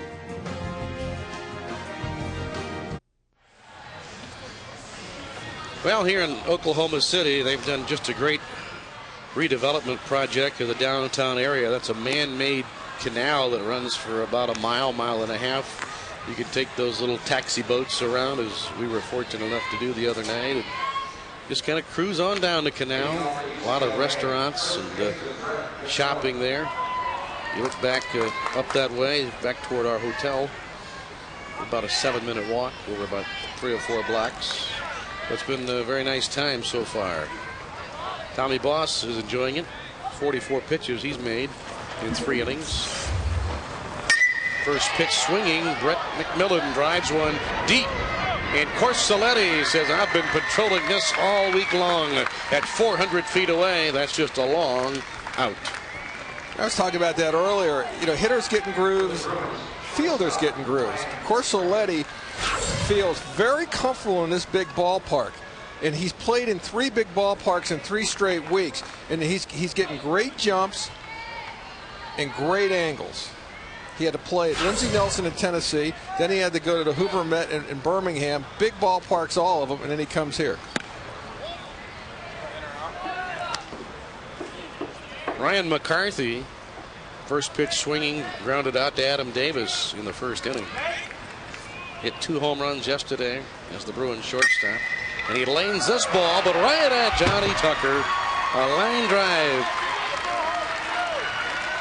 Tucker there. Had him played perfectly. 2 out. And you know, these are great plays. They really are. First Corsoletti and now Johnny Tucker. Watch this here. Crossover step. Nice play. Great reaction. First year, I was talking to his dad yesterday. I said, what do you think of your son playing 30? He said, well, it's the first year he's done it, and he's done a great job. I said, I agree. Wes Whistler now the hitter, struck out on a breaking ball. Such a tough position to learn how to play third base if you haven't done it and you're playing it at the collegiate level of Division I in the SEC for the first time.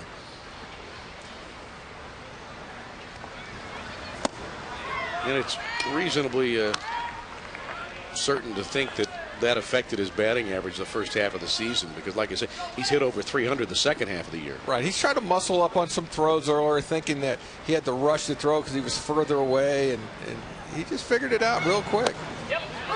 Beautiful breaking ball. How about that 4th inning? 5-pitch inning for Tommy Boss. He's cruising along here in Oak City, and so are the Gators. 8-0. Bottom half of the 4th inning. 7-run Gators second. An 8-0 lead. That's just right down the left field line. That's where Nick's been hanging out for the week. So I watched the hockey game last night, actually. Now, the reason we mentioned behind that's the parking garage, where you can go in for $5 and park on the top. If you go into the coaches there and sit near the tables on the window, it's a $30 tab. $30 for a table in coaches to watch the game. $5 to tailgate on top of the garage. You mean to tell me I ran out on a $30 tab I was supposed to play last? Oh, my. Oops. Just figured you were on that expense account. 2 balls, no strikes to Ben Harrison. 3-0. Harrison has a double. He has a single. He has 3 runs batted in today. He has 8 runs batted in the regional tournament.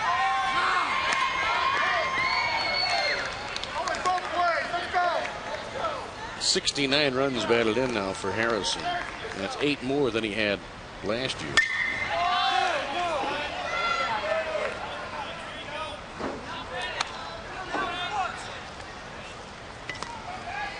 Well, Ben, in the last 5-6 weeks of this season, it's just been right on everything.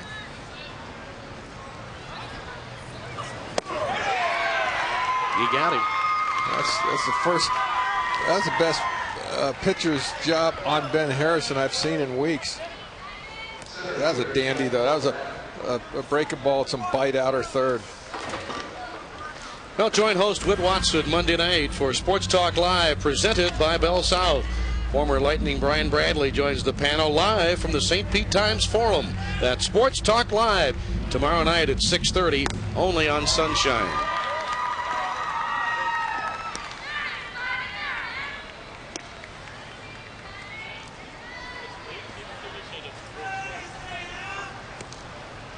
Of course, Saletti tripled his last time up.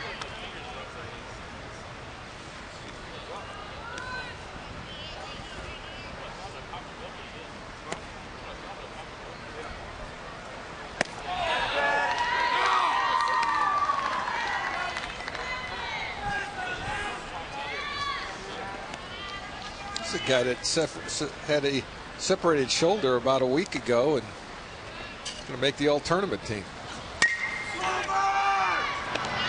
First baseman Brett McMillan. Quickly, 2 Gators out here in the 4th.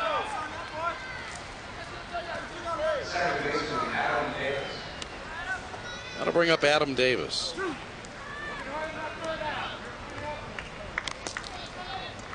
Davis 1 for 2 in the game. The 2nd inning run scored.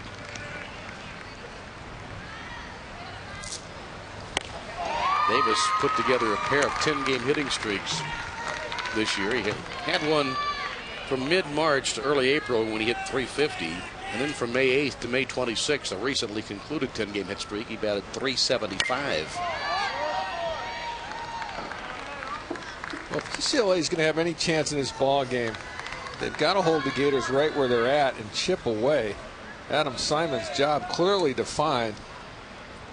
If not, it is the last game for Gary Adams, the future Hall of Fame coach for the UCLA Bruins. Simon had worked only 35 innings this year. This will be the 3rd straight inning this game. And what makes UCLA dangerous is their ability to have big innings, and they've had a few in this tournament alone, not to mention the 8-run 2nd inning they put on Oklahoma yesterday, so they're very capable.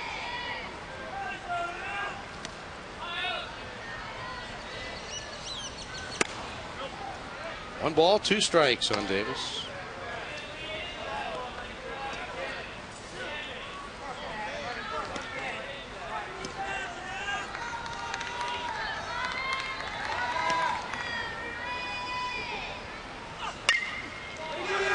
Bat handle pop up. Preston Griffin will handle it. And the Gators are out in order in the 4th inning. We move to the top of the 5th in the championship game of the Oklahoma City Regional. So far, so good. 8-0 Gators. Gatorzone.com is the place to go for the latest news on Gator sports. Plus, you can order all your Gator merchandise. Gatorzone.com, the official website of the Florida Gators. Pat McMahon, his 8th straight regional appearance, on the brink of a super regional appearance, but only halfway through. Gators with 8 runs, 7 hits. UCLA being shut out on 1 hit today through 4 innings by right-hander Tommy Boss. Preston Griffin will lead it off for the Bruins. Yesterday, in watching one of the games here at the ballpark, Steve Babbitt and I, sitting down the left field line, the upper deck, ended up sitting 2 rows in front of Preston Griffin's brother, Sonny Griffin. And Sonny wants to say hi to everybody back in Los Angeles, including his parents. And turns out Sonny played at Dominguez Hills, and the coach there was Andy Lopez.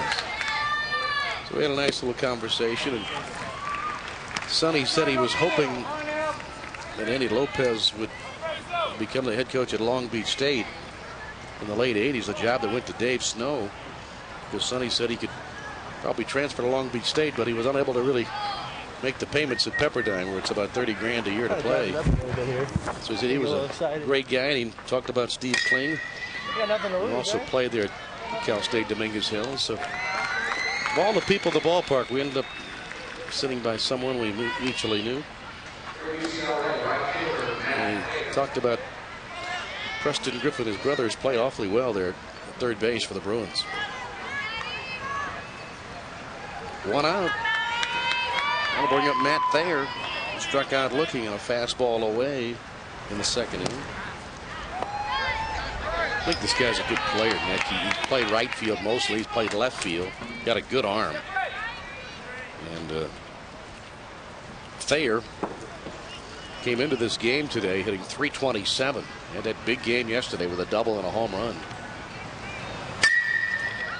Hit this off the end of the bat. Now the wind will push it a little bit, but in front of the warning track, Leclerc there, and again he hit that ball probably off the last inch of the bat.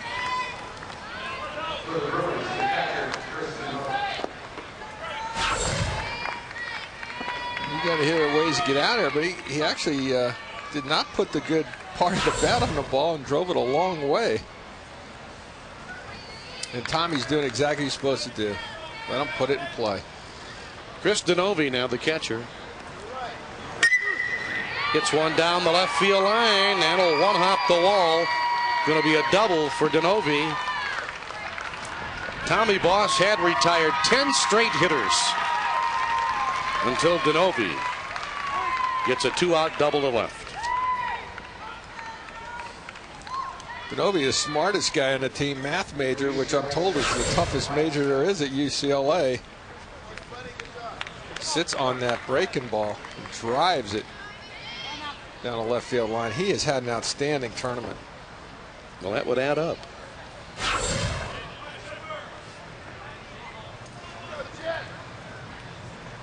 So is his votes for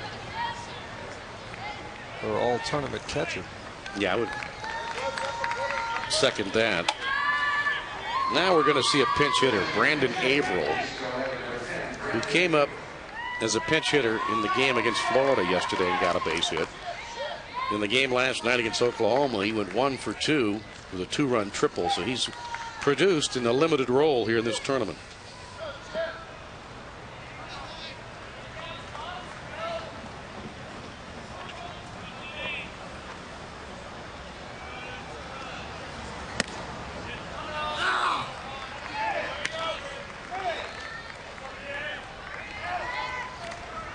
Averill, a senior from Orange, California, hit for the cycle this year against Washington State on the 25th of May.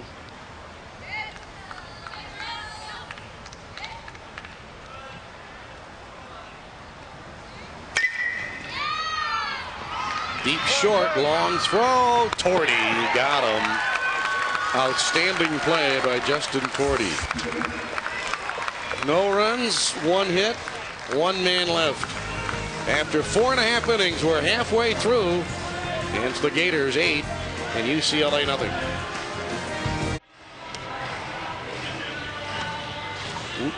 With Nick Belmonte, I'm Mick Hubert. Back here in Oklahoma City, the Gators 8 runs on 7 hits, and UCLA no runs on 2 hits. UCLA defensive changes.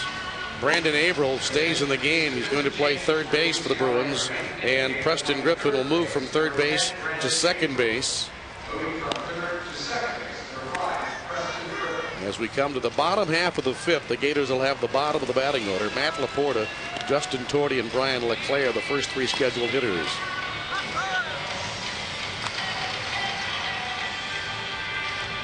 Happy group of Gators in that dugout. There's Darren O'Day, Tommy Boss, today's starting pitcher, who's shut him out on 5 innings, 2 hits, no runs. They can start counting it down now. 12 outs to go. Laporta scored a run in the second. They called it a strike.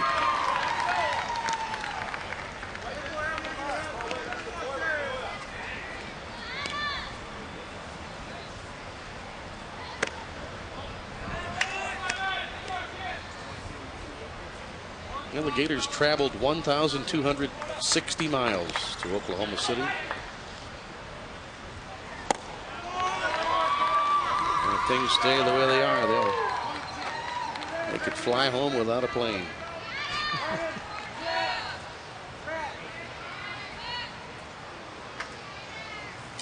Only the 3rd time they played a regional tournament outside the Sunshine State.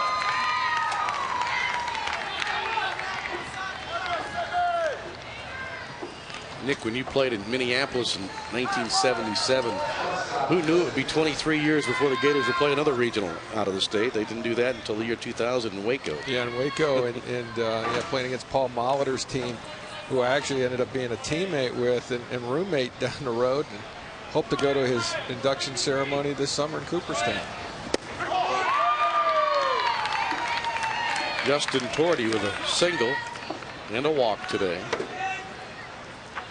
His parents, David and Donna, are here. Florida State looks like it's going to win the Tallahassee Regional, but not before UCF extended them into the second game. Yeah, not over yet, though. No, Jay Bergman, I'm sure he's got a little more fight left in him, and they did a nice job coming back.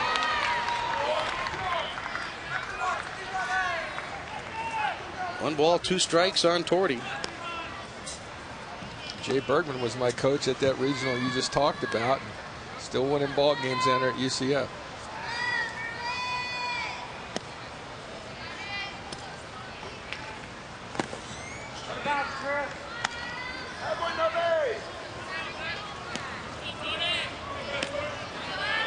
The previous 14 games, the UCLA pitchers' ERA was 3.64, so the Gators have really hurt them today. All 8 Florida runs have been earned runs.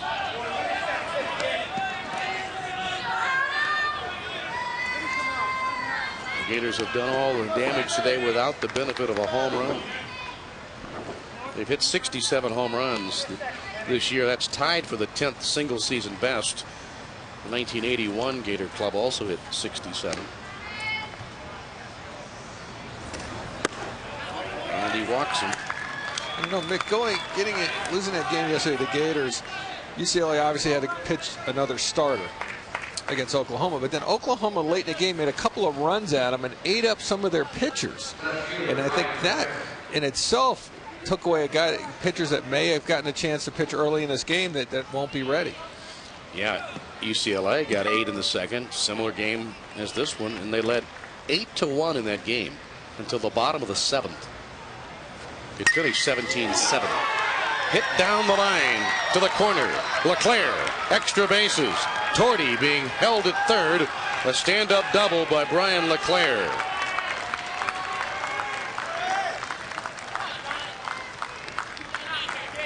See the Gator faithful here, the Corsolettis, the O'Days, Ryan Ball's mom.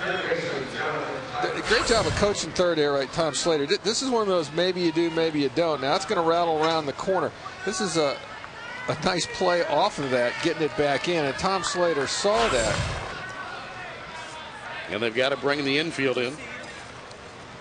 Wisely held up that runner, Torty, at third base. This Thayer made a nice job getting it off the count.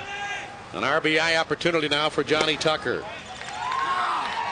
Anytime in this situation, in this type of game where it's do or die for UCLA, they got to bring the infield in anytime the Gators have a runner at third base with less than 2 outs. They don't have a choice.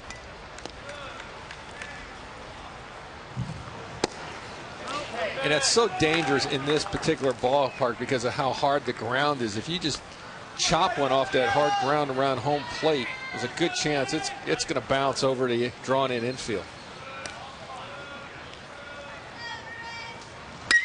Base hit center field. Torty scores.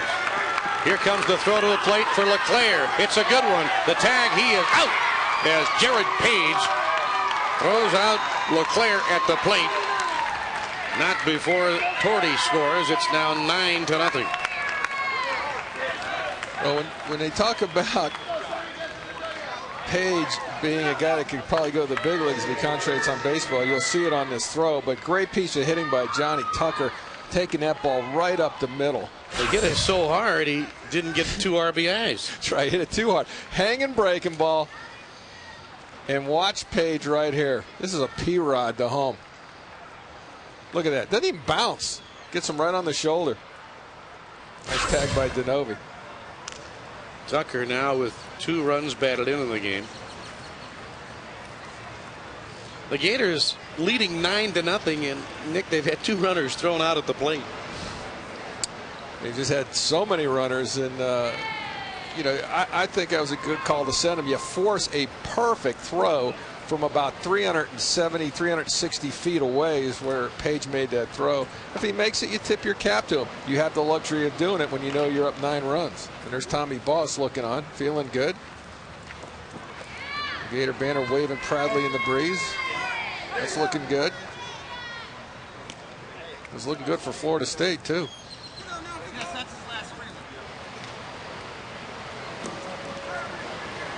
Looks a little dusty in the Bruin dugout. That fan going. And here's Stephen Barton. Scored 2 runs. Has a hit. There's a hit by pitch. Down to McMillan. He'll make the unassisted play at first base to retire the side. But in the Florida 5th inning, the Gators score 1 run on 2 hits. And after 5 innings, it's now the Gators 9 and UCLA nothing.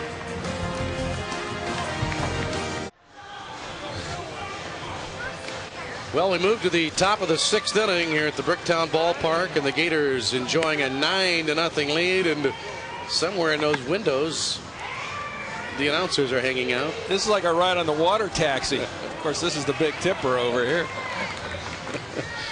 As we move to the 6th inning, we appreciate the on-camera. Thank you, Jerry.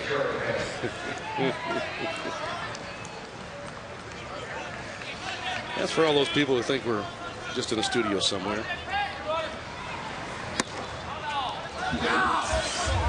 For the Bruins, Jared Page will lead it off here in the top of the 6th. He had a fly ball out to Jeff Corselletti in the 3rd. Tommy Boss with a 2-hit shutout through 5 innings. In his previous start, he went 9 innings against Vanderbilt in the SEC tournament. He gave up 3 runs.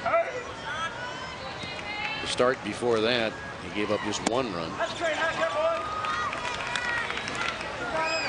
His ERA in the last 7 starts for Boss, 3.55.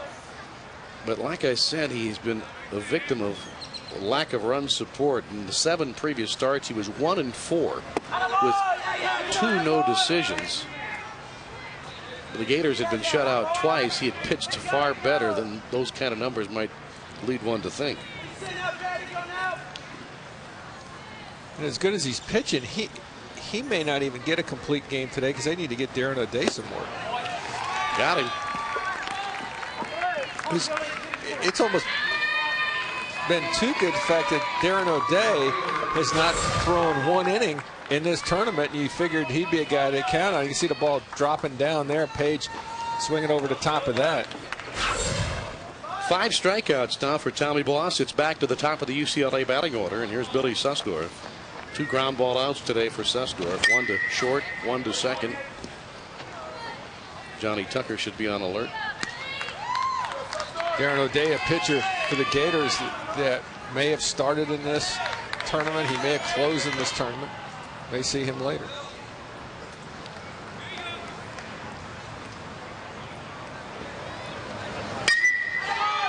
He went down after that low ball and golfs it straight to Corselletti. 2 out in the UCLA sixth. Boss has retired 13 of the last 14 UCLA hitters.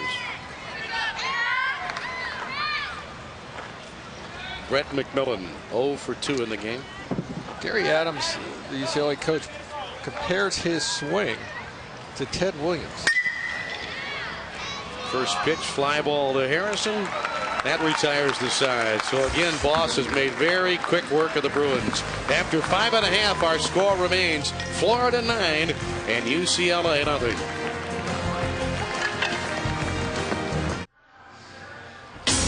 The Tampa Bay Lightning quest for the Stanley Cup will be decided tomorrow night. Paul Kennedy, Rick Peckham in the Jeep, Bobby Taylor. Pre-game coverage, Game 7 during Toyota Lightning Ice Time. Tomorrow night, beginning at 7:30, only on Sunshine. And the Gator fans, boy, they're feeling it. They're whooping it up here. They're feeling it. It's getting close. Bottom of the sixth and a 9-0 Gator lead. 1 run in the first, then 7 big ones in the second. Only 4 hits in the inning, but the UCLA pitchers hit 2 Gators and issued 2 other walks. Bottom half of the sixth, it'll be the 3, 4, and 5 hitters. C.J. Smith, Ben Harrison, Jeff Corselletti. C.J. 0 for 3. Began the game hitting at 352. Now you see hitting 348. He hit 337 a year ago.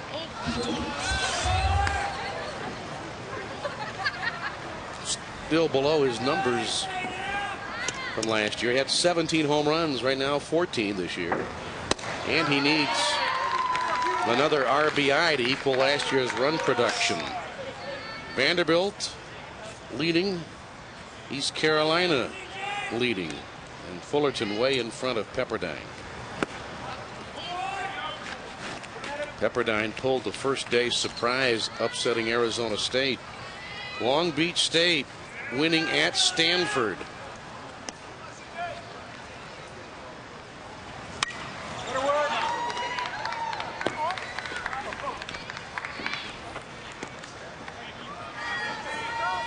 That's a barn burner. 4-4. They'll come down to the last at bat.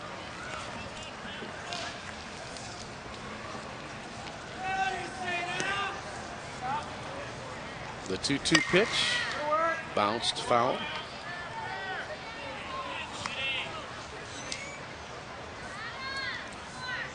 Just take it easy, have some seeds. Jonathan Tucker. Outstanding, especially defensively in this tournament. Got him.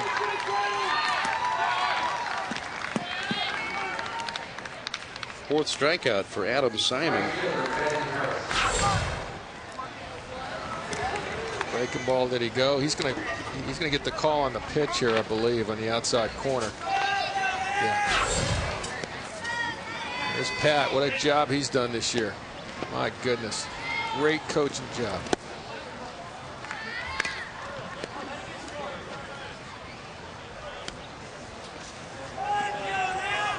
Big day for Harrison.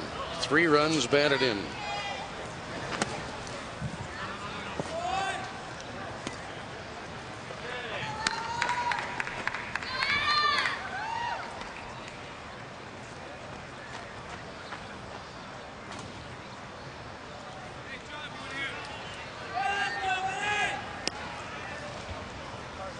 The 2-0 pitch taken for a strike. 2 balls, 1 strike.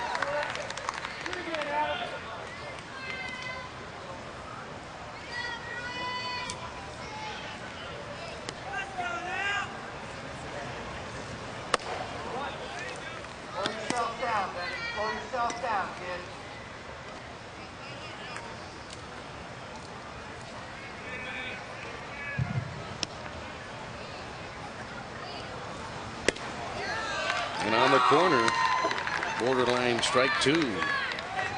That's okay. I mean, it still shows good discipline right there. A 3-1 breaking ball, was sitting on fastball and didn't give in to the pitcher.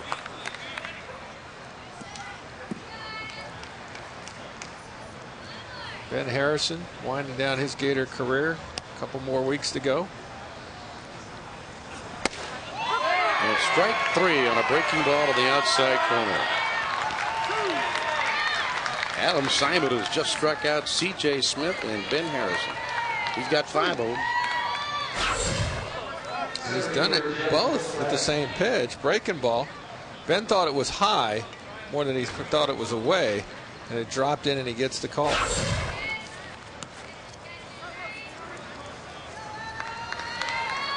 Now Jeff Corselletti.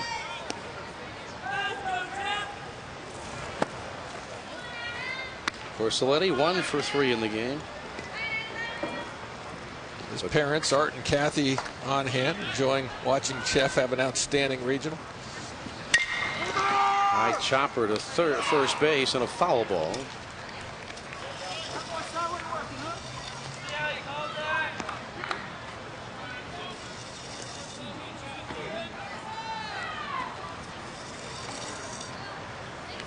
Gators defeating Central Connecticut State 12-1 on Friday. Then beating UCLA 4-3 yesterday. And now leading the Bruins again today in the championship game 9-0. You're in the bottom of the 6th. That's fouled back to the screen.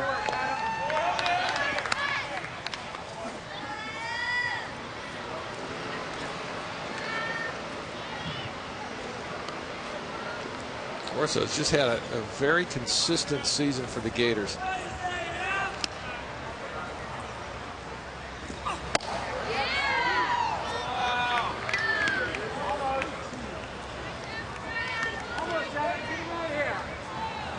Two balls, 2 strikes.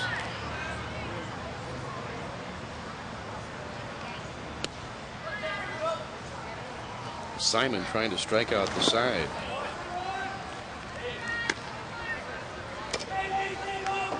Well, Simon right here has, since the 2nd inning, has done a decent job keeping the Gators from another big inning. But his offense hasn't been able to mount anything.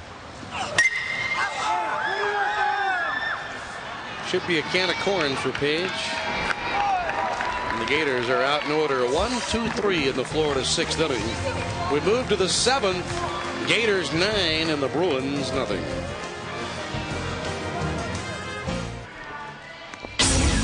Watch the Gators in action as well as archived Gator events on Gator Vision Online. And for this weekend only, sign up for the season pass, just $49.95. Log on to GatorZone.com for details on this exciting video streaming service. Gator Vision Online. Director of Athletics, Jeremy Foley, enjoying this one here.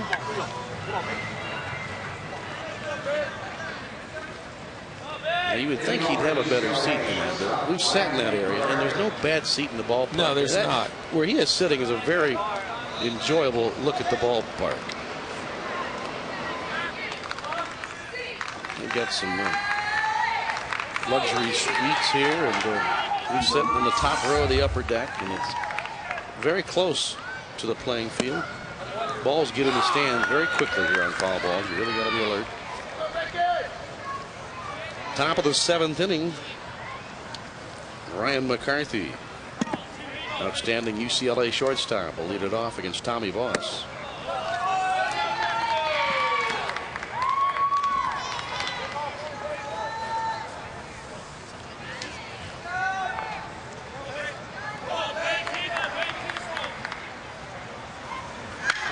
Right off the fist, Tucker will charge in glove and throw him out. Nice play by Johnny Tucker. You know, Tucker made a play yesterday of a ground ball right before the final double play to end the game against UCLA, where it was a bunt, and he made a great decision on not trying to make a throw. Just put it in his back pocket. Didn't try to hurry it and throw it away, because that would have been disastrous. Had a great play right there coming in on the ball, but very smart play yesterday that helped lead to the Gator victory.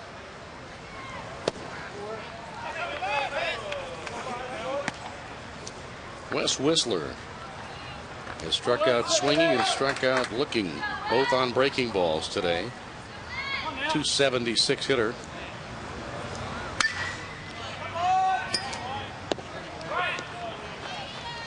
A ball and a strike. Well, we've been pleased to show you a lot of beauty shots around Oklahoma City and a lot of the fans here from both teams. But Nick, I have not seen in the stands today Whistler's mother.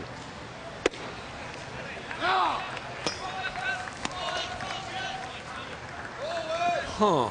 I haven't seen McMillan's wife, I'll tell you that. So Sherry McMahon on the right.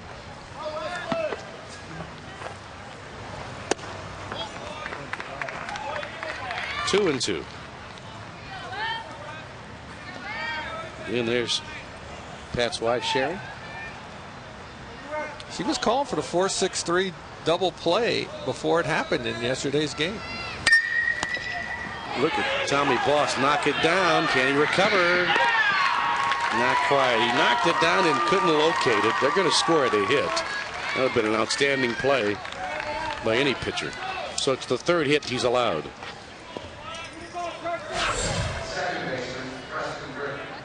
You can see it right there. Got off the mound okay. Made a valiant effort. It just escaped him, and still he wanted that play and went after it.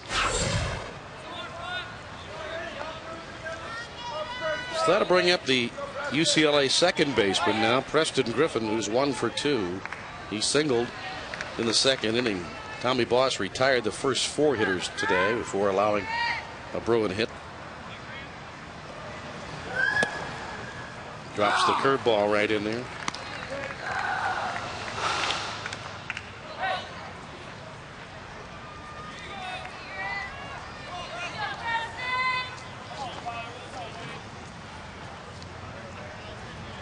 Gators leading 9-0 in the top of the 7th.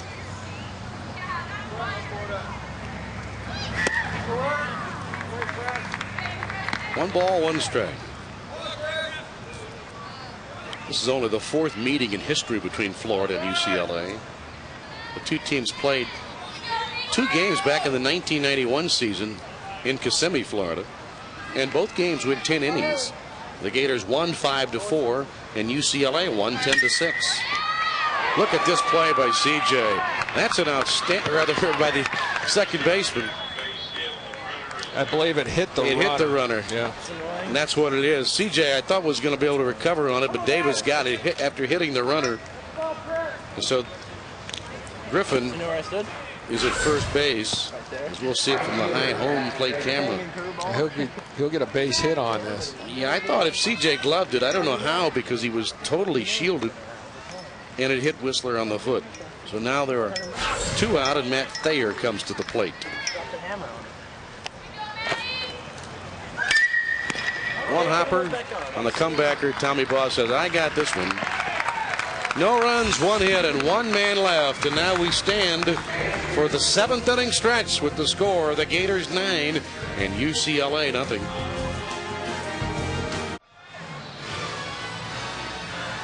Along with Nick Belmonte, I'm Mick Hubert, back here at the Bricktown Ballpark in Oklahoma City. It's the home of the Oklahoma Redhawks. Scott Pruitt, he's the managing general partner of the Oklahoma Redhawks, and he's got family back in Largo, Florida, he wants to say hello to. Done an outstanding job of hosting us here at the ballpark. And he's got his team in first place in their division of the Pacific Coast League. Bottom of the 7th, the Gators are leading 9-0. And the Bruins coming with their 4th pitcher of this game, Kyle Wilson, in his 24th appearance. 0-1 record, 3 saves for Wilson, 2.84 his earned run average.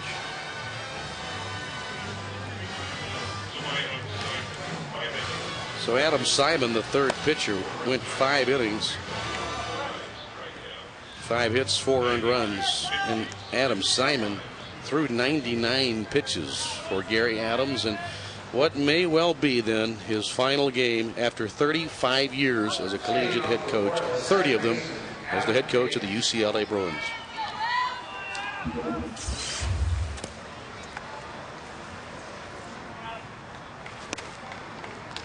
Adam Davis leads it off.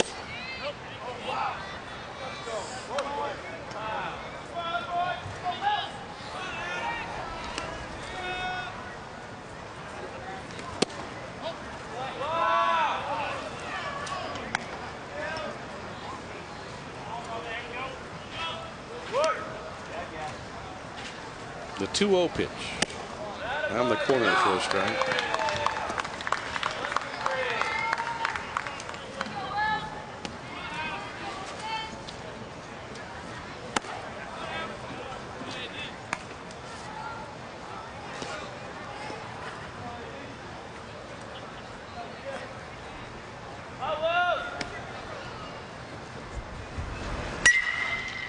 That's a foul ball down the right field line.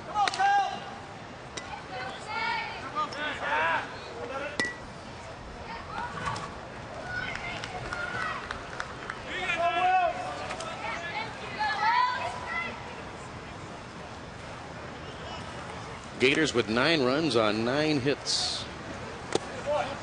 And he walked him. So Davis on base.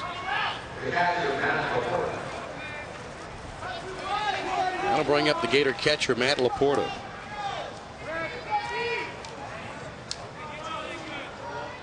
Laporta with a walk, a run scored, officially 0 for 2. And he fouled that right off the mask of Denovi. That had to hurt the UCLA catcher. And Laporta, who's a catcher himself, knows exactly how that feels. Look at Denovi's. May have broke something there. Huh? Nope.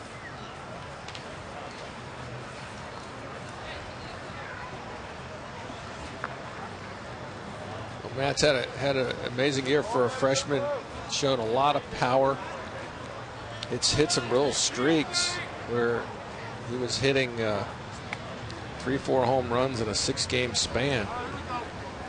We need him to pick that up a little bit as we get into the super regionals if this score holds. That one gets off the glove of Denovi, and Davis will take second base. That's a wild pitch. Charge to Kyle Wilson. And now the ball thrown away. Here comes Davis, going to get an extra base. He'll move on to third. That's an error on Denovi. Bruins have been outstanding defensively this year. A .972 fielding percentage. That's only the Bruins' 69th error of the year. And one of the reasons they're here is great defense, and they've shown it this entire series. And he just holds on to this ball too long, and Denovi's going to just rush that throw. So Laporta now with a chance to drive in a run. Davis at third, nobody out. The Bruin infield again pulled in.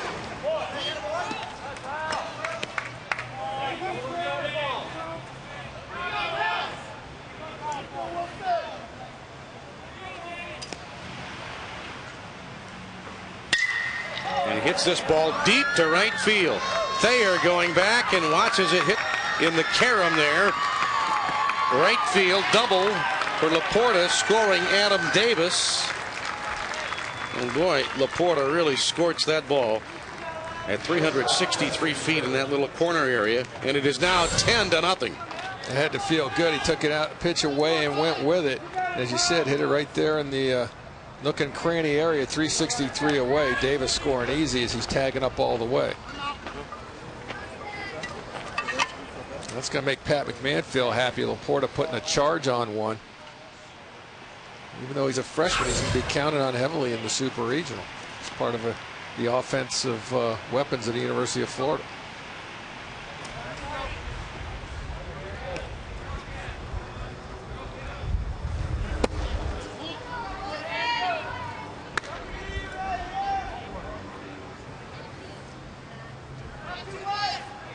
Now the Gators have won 63 of their last 64 games.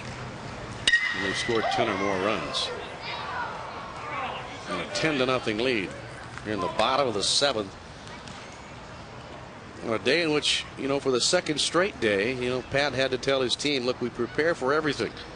We want to play one game. That was a message yesterday and repeated again this morning. We want to play one game. But we know in the back of our minds we're going to be mentally ready to play 18 innings. We're going to have to play 2. If we have to play 2, we'll be ready to do that. Pat was very confident this weekend. His team was getting it done in a lot of different ways. And if they can win this one, they'll take the shortest path. 3 straight victories in 3 days. Yeah, and not tax your pitching staff too. I mean, you do have the rest of the week off, but still, you just don't want to have your pitchers on fumes going into a super region. Got him. Torty strikes out. Gators continue to strike out at really an alarming pace. The 6th most strikeout team in Gator history of this unit. There we go. Yes, back crossed home. There's Tommy Bossy of the 4-hit shutout to this point. Threw it right past him, strike 1. Well, Tommy Boss has pitched his way onto my all-tournament team ballot here in the Oklahoma City Regional. Ditto. They only have line for 2 pitchers. 2 pitcher lines.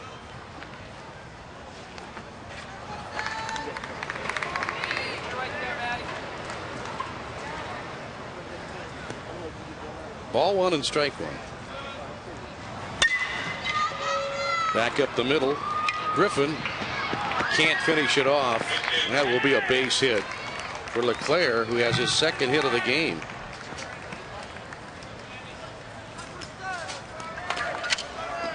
Runners on the corners. He's going to go to his backhand. Fetlex comes up. Actually, that's Griffin over there, comes up, and it just can't get it because he knows he's got to rush it. LeClaire running pretty good from the left side. Even if he makes the play over there, he doesn't get him out.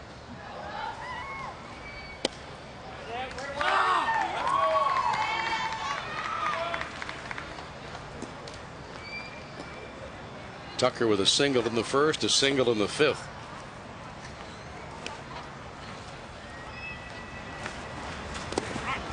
That one gets away. Only LeClaire will move up. They keep Laporta at 3rd. That's a passed ball. Charge to Denovi, who's had a tough inning. Runners at 2nd and 3rd now for the Gators, and only 1 out. That's a tough pass ball. Hits the dirt. Usually the rule of thumb is it hits dirt, it's pretty much it's done. It's a pass ball. I mean, a wild pitch. But the scoring decision in the internal PA was pass ball. Well, you know what? You got to remember where we're at. Johnny Bench was from here. Yeah, his street is right outside the first base line. Arguably the best catcher in the history of the game, so it'd be tough on scoring catchers there. Hit sharply to first base. He's going to score a run in a diving play. 2-way at first base. McMillan wins the battle. Tucker gets an RBI, his 3rd of this game, and the Gators lead 11-0. Well, I tell you, McMillan does a great play here. A lot of first basemen should do what he did. A lot of them make the mistake of trying to outrun the ball. You need diving and doing exactly what he did. Extend your hands, just let the glove hit the bag is what a lot of people, first basemen, should do. A lot of times they'll waste time trying to get their foot to the bag when that's all they have to do is dive at it with their glove.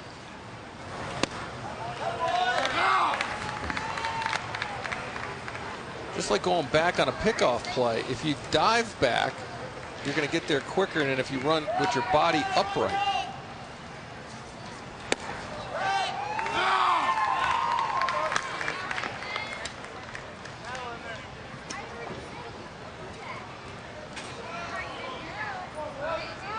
That's the 4th game this year, by the way. Tucker has had 3 runs batted in.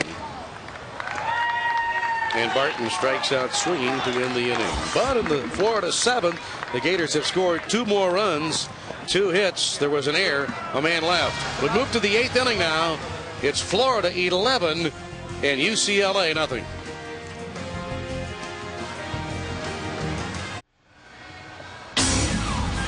Above the Rim Classics, a summer showcase of memorable Florida and Florida State basketball games. Debuts tomorrow night.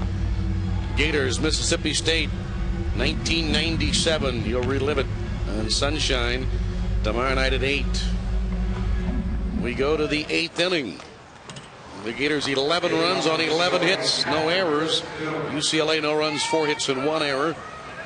It'll be the Bruin catcher, Chris Denovi, to lead it off against Tommy Boss, who's throwing a 4-hit shutout through 7 innings.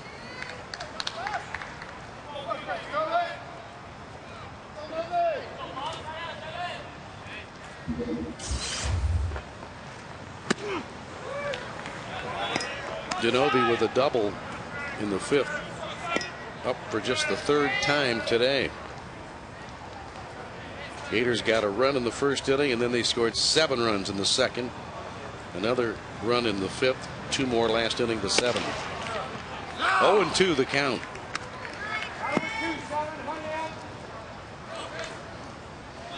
But Gator pitching has totally shut down UCLA. It was Oklahoma that just could not get the Bruin hitters out 2 games.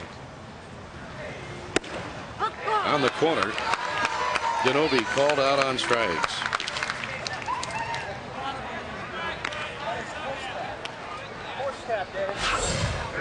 Falkenbach and Boss just really done a great job. And that's that fastball tailing back and catching the outside corner.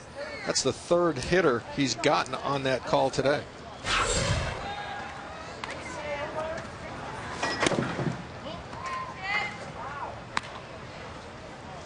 Tommy Boss has a career high in strikeouts in this game, with 6. Fly ball straight away center field now. Corselletti drifting over a couple of steps, but easily there for out number 2. Well, Corselletti's got something to work for in the future. He said, man, I got to make the AAA, get back to Oklahoma City, because I know how to play this outfield. He's just really been all over this outfield the last couple of days. Jared Page now the hitter. I think he wants to go to Omaha before that, though. What do you think? He's got a big outfield in Omaha, although it's not as big as it was a decade ago. It was a much bigger ballpark in the early 90s. Yeah, they did. I'll never forget a catch that Brian Duva made with his back to home plate, running straight to the center field wall. Yeah, you still see that on some highlight reels here and there. It's beginning to look like Mark Light and Coral Gables, which definitely does not have an outfield anywhere near this large, especially in the alleys. Ball hit to left field. LeClaire coming in. It's a 1-2-3 inning. Tommy Boss, he is the boss. Tommy Boss, a career high 6 strikeouts. He's in command, as are the Gators. 11-0 Florida. Well, outside the SBC Bricktown ballpark, there's the Johnny Bench statue. Looks like it's about ready to come to life there. And the Mickey Mantle, right outside the ballpark, and then right across the way is Mickey Mantle's restaurant. All the seats here have that logo on them right here. A lot of great baseball played down through the years in Oklahoma City. They just recently celebrated, I think it was 100 years of organized baseball. Of course, it can't be too much older than that. The original franchise, named the 89ers, I believe. I believe they were the original after the land rush of 1889.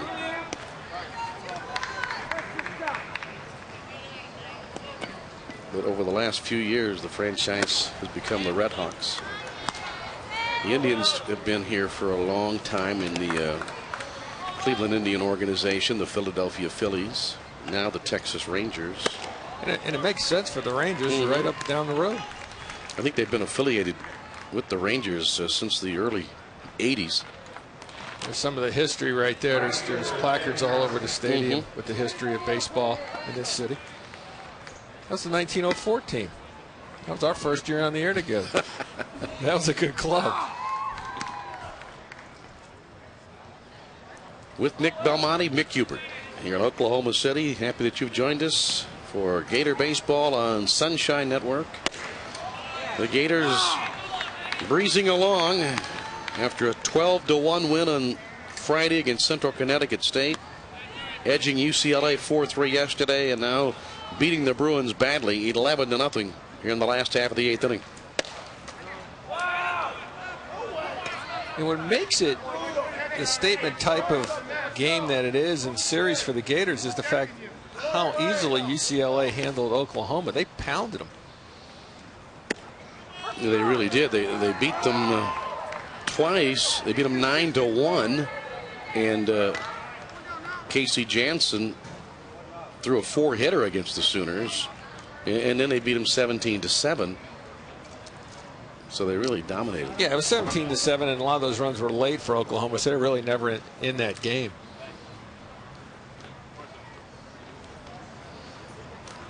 Tim Leary out to talk to his pitcher. I don't know if they're going to make a move here. With just 3 outs to go, down 11, he may be waiting for his here he is. Going to make a little experience here in the regional. So a new pitcher coming in for the Bruins. Gators have a runner on with 1 out.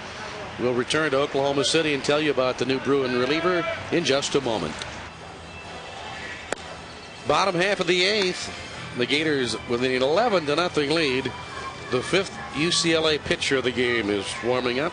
As you look at left-hander Brian Schrader, 25th appearance. He's 0-2, 2 saves, a 4.42 ERA. Just 18 innings of work this year. You can see 9 walks, 15 strikeouts. Just a situational lefty, it looks like, by appearances and innings thrown. But a little lineage here. Son of former UCLA quarterback Jake Schrader, 11-year NFL veteran.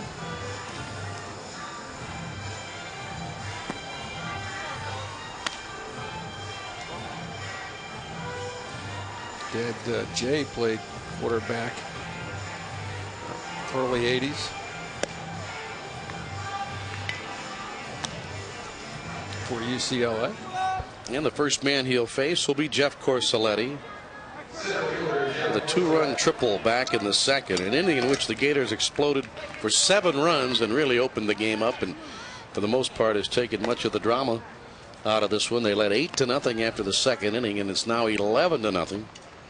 And Jeff Corselletti making a strong bid to be the most outstanding player of this regional tournament. As you mentioned earlier, Nick, just a week earlier, after a dislocated shoulder,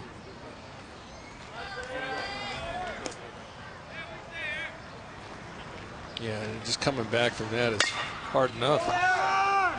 Be a tough play here, maybe. Schrader got over and got him. Nice play by the Bruins.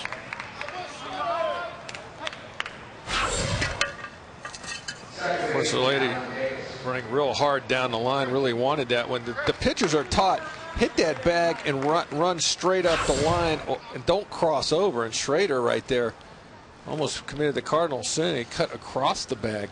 Yeah, you know, a pitcher wants to get there as quickly as he can, and some just make a beeline straight for the bag, and that's wrong. Yeah, you got to make a little U as you get to the base and run. And once you hit the bag, you got to run straight towards the right field wall. You can't put an angle on it to where you're going to have a collision. So you're saying run maybe 5 to 7 feet in front of the bag, and then turn and turn parallel up. with it. Exactly. That's how you're taught to do it in any pitcher's fielding practice, or PFPs as they're called.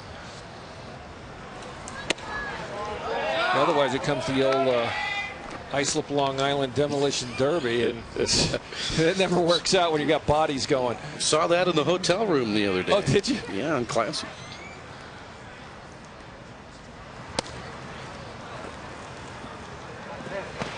That's a pass ball. CJ taking third.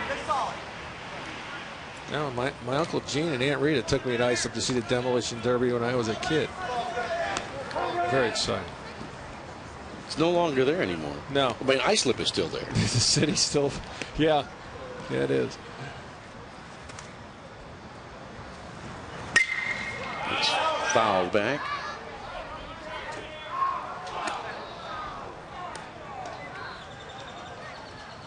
One ball, 2 strikes. Adam Davis has scored 2 runs in this game for the Gators. Smith on third, 2 out.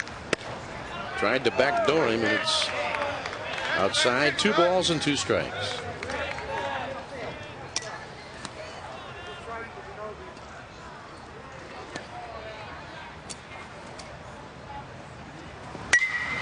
Hit sharply, but foul down the third baseline.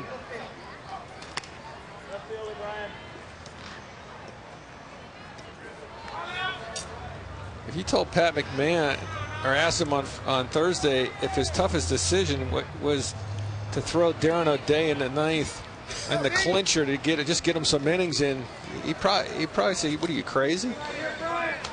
Well, you know, but that's a problem, a mini problem, and a great problem he's facing here. Hit sharply and foul once more. You know, that's the same thing that he faced with Hoyman the other day. Hoyman had only 98 pitches in 8 innings, did not pitch the 9th as Adam Sanabria got in an inning of work. I mean, Hoyman obviously could have thrown a complete game, as Falkenbach did, and his boss could do here. The Gators could have had 3 complete games in this regional, and they got to make Ross Jones a very happy pitching coach. And Ross has got to be proud of his club pitchers the last 3 weeks.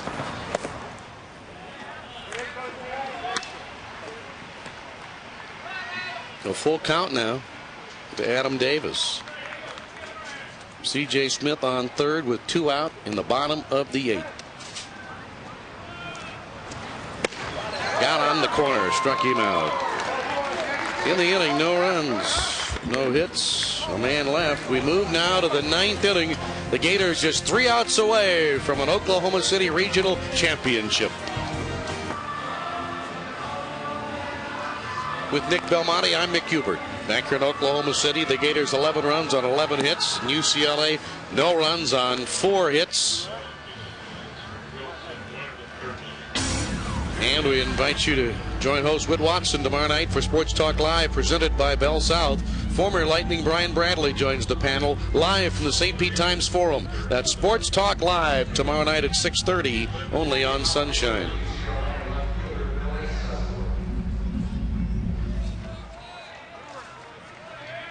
Top of the 9th inning. It's gone perhaps better than Pat McMahon could have even scripted.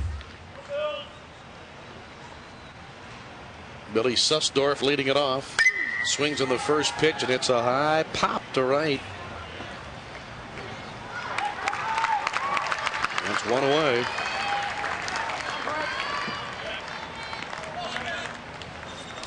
Five in a row.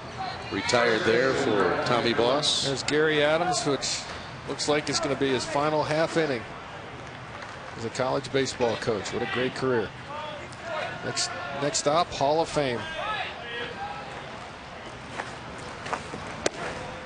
Brett McMillan 0 for 3 in this game. Tommy Boss throwing a 4-hit shutout against the UCLA Bruins. Foul back.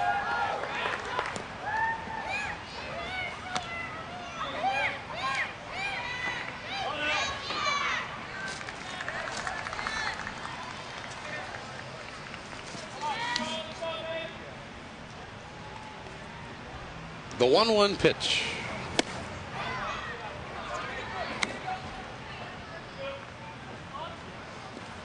UCLA will finish its season 35-29 The Gators will continue into a super regional, and they'll bring a 43-20 record into it.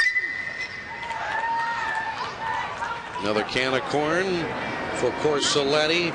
Corsoletti has done it all today with the glove and with the bat. The play of the game brought to you by Steak and Shake, famous for steak burgers. It's a triple that broke it wide open. A ball that would have been out of most parks. Look at Corso. Look at that. They're patting that move. Oh, nice job of choreography there. And there's Gary. It could be his last third of an inning right here.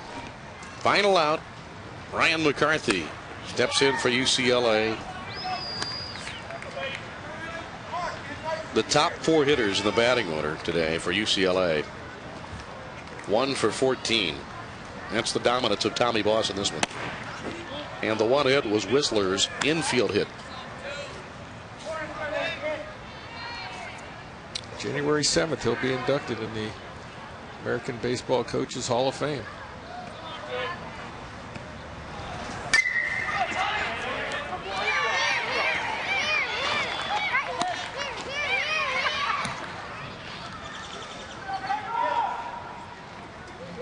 That guy right there is getting ready to go to Coral Gables to try to get his team to Omaha. He has seen his team play virtually a perfect region. Corsoletti turns his back and races back. And did he get it? I think he did. He's got it. Oh, my. The ball game is all over on a sensational catch at the wall 400 feet away for a smiling Jeff Corsoletti, and the Gators have swept their way through the Oklahoma City Regional Tournament. What a way to end it. You got an 11-run lead. You got to figure out an exciting way to end it. And Corso came up with it. Probably the worst pitch Boss has thrown all day long. And Corso, and I like the fact that he hit his back against it, uses that padding, and it was nowhere near his separated shoulder. And I'm sure Pat McMahon was worried. And look at it, he's going to toss that into the sky. And the Gators are on their way to Coral Gables to try to win a super region. So a happy bunch of Gators. Florida 11, UCLA nothing. We'll have post-game conversations coming next. Mick Hubert back here in Oklahoma City. A happy Jeff Corsoletti and a happy Jeremy Foldy, Director of Athletics. The Gators win it today. 11 runs, 11 hits. They played errorless baseball. In fact, they made only 1 error in the 3 games here in the regional. UCLA shut out on 4 hits.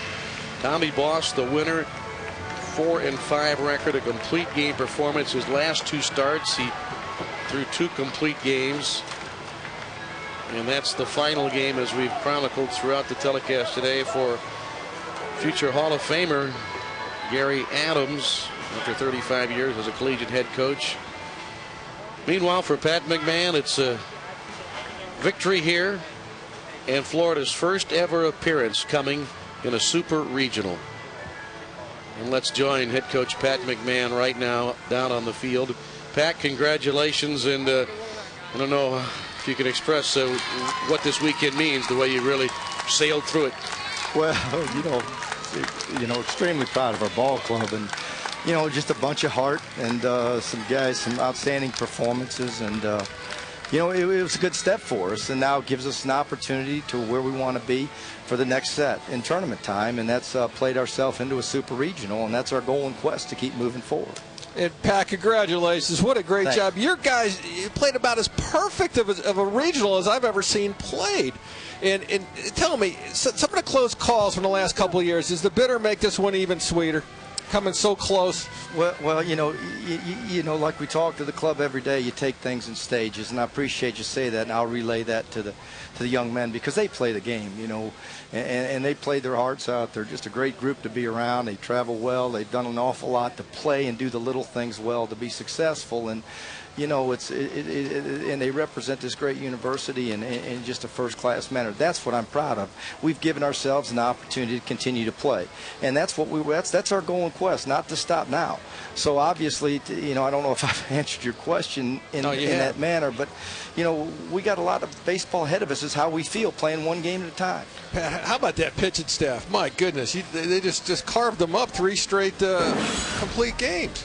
Well, you know, we pitched very well, and I think some kids that have stepped forward and pitched. And I'm going to tell you, before this is over, there's some guys out of the bullpen that are going to step up and get it done, because that's what it takes to be successful. If I could for a second, you know, Gary Adams is retiring at the end of this year, the outstanding coach at UCLA, and I just want to wish him all the best. He's done so much for the game of college baseball in so many different ways, and you know, he's been a mentor to so many young men in this game, and I know you guys feel the same way.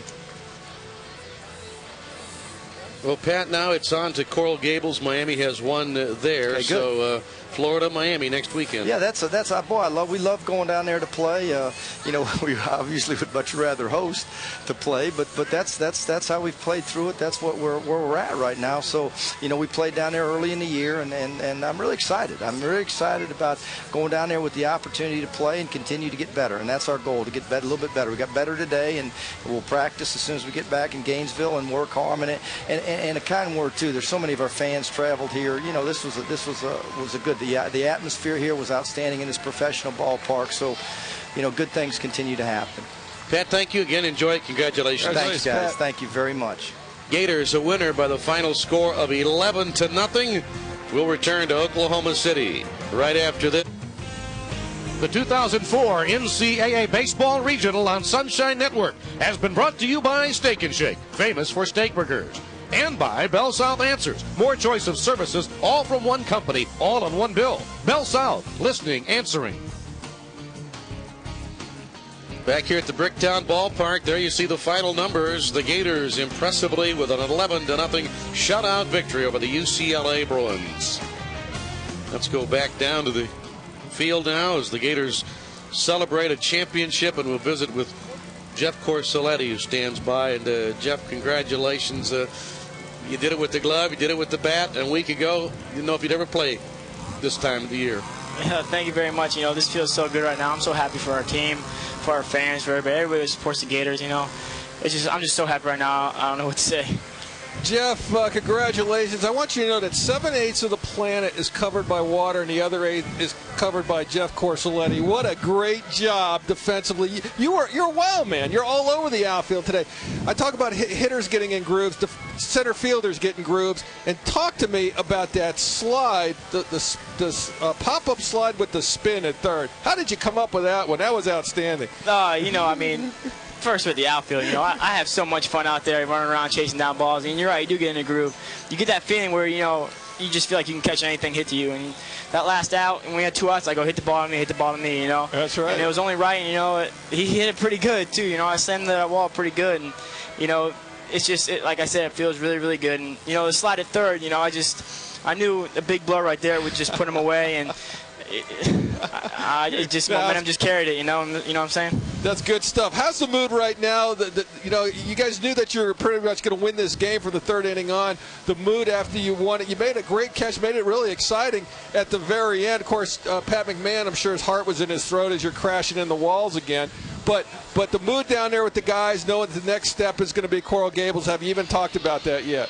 I mean, we knew all year, playing in the beginning of the year, having a big rivalry with them, you know, we knew that the road to Omaha had to go through them. You know, right. Almost every year it goes through them. You know, so guys are excited. Guys are pumped. You know, we're glad we get to go down there and play. You know, it's just what we want right now.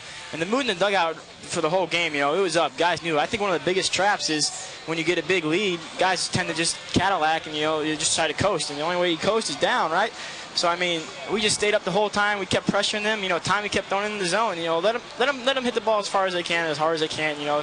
Just keep getting outs, and I think that he did that today, and, you know, look what happened. How proud are you to be a Florida Gator? Oh, big time. I mean, like I said earlier, I'm proud for our team, for our fans, for everybody. It's just a great feeling right now. It's going to be a fun ride home. Well, hopefully you'll be in the air. Yeah, no kidding.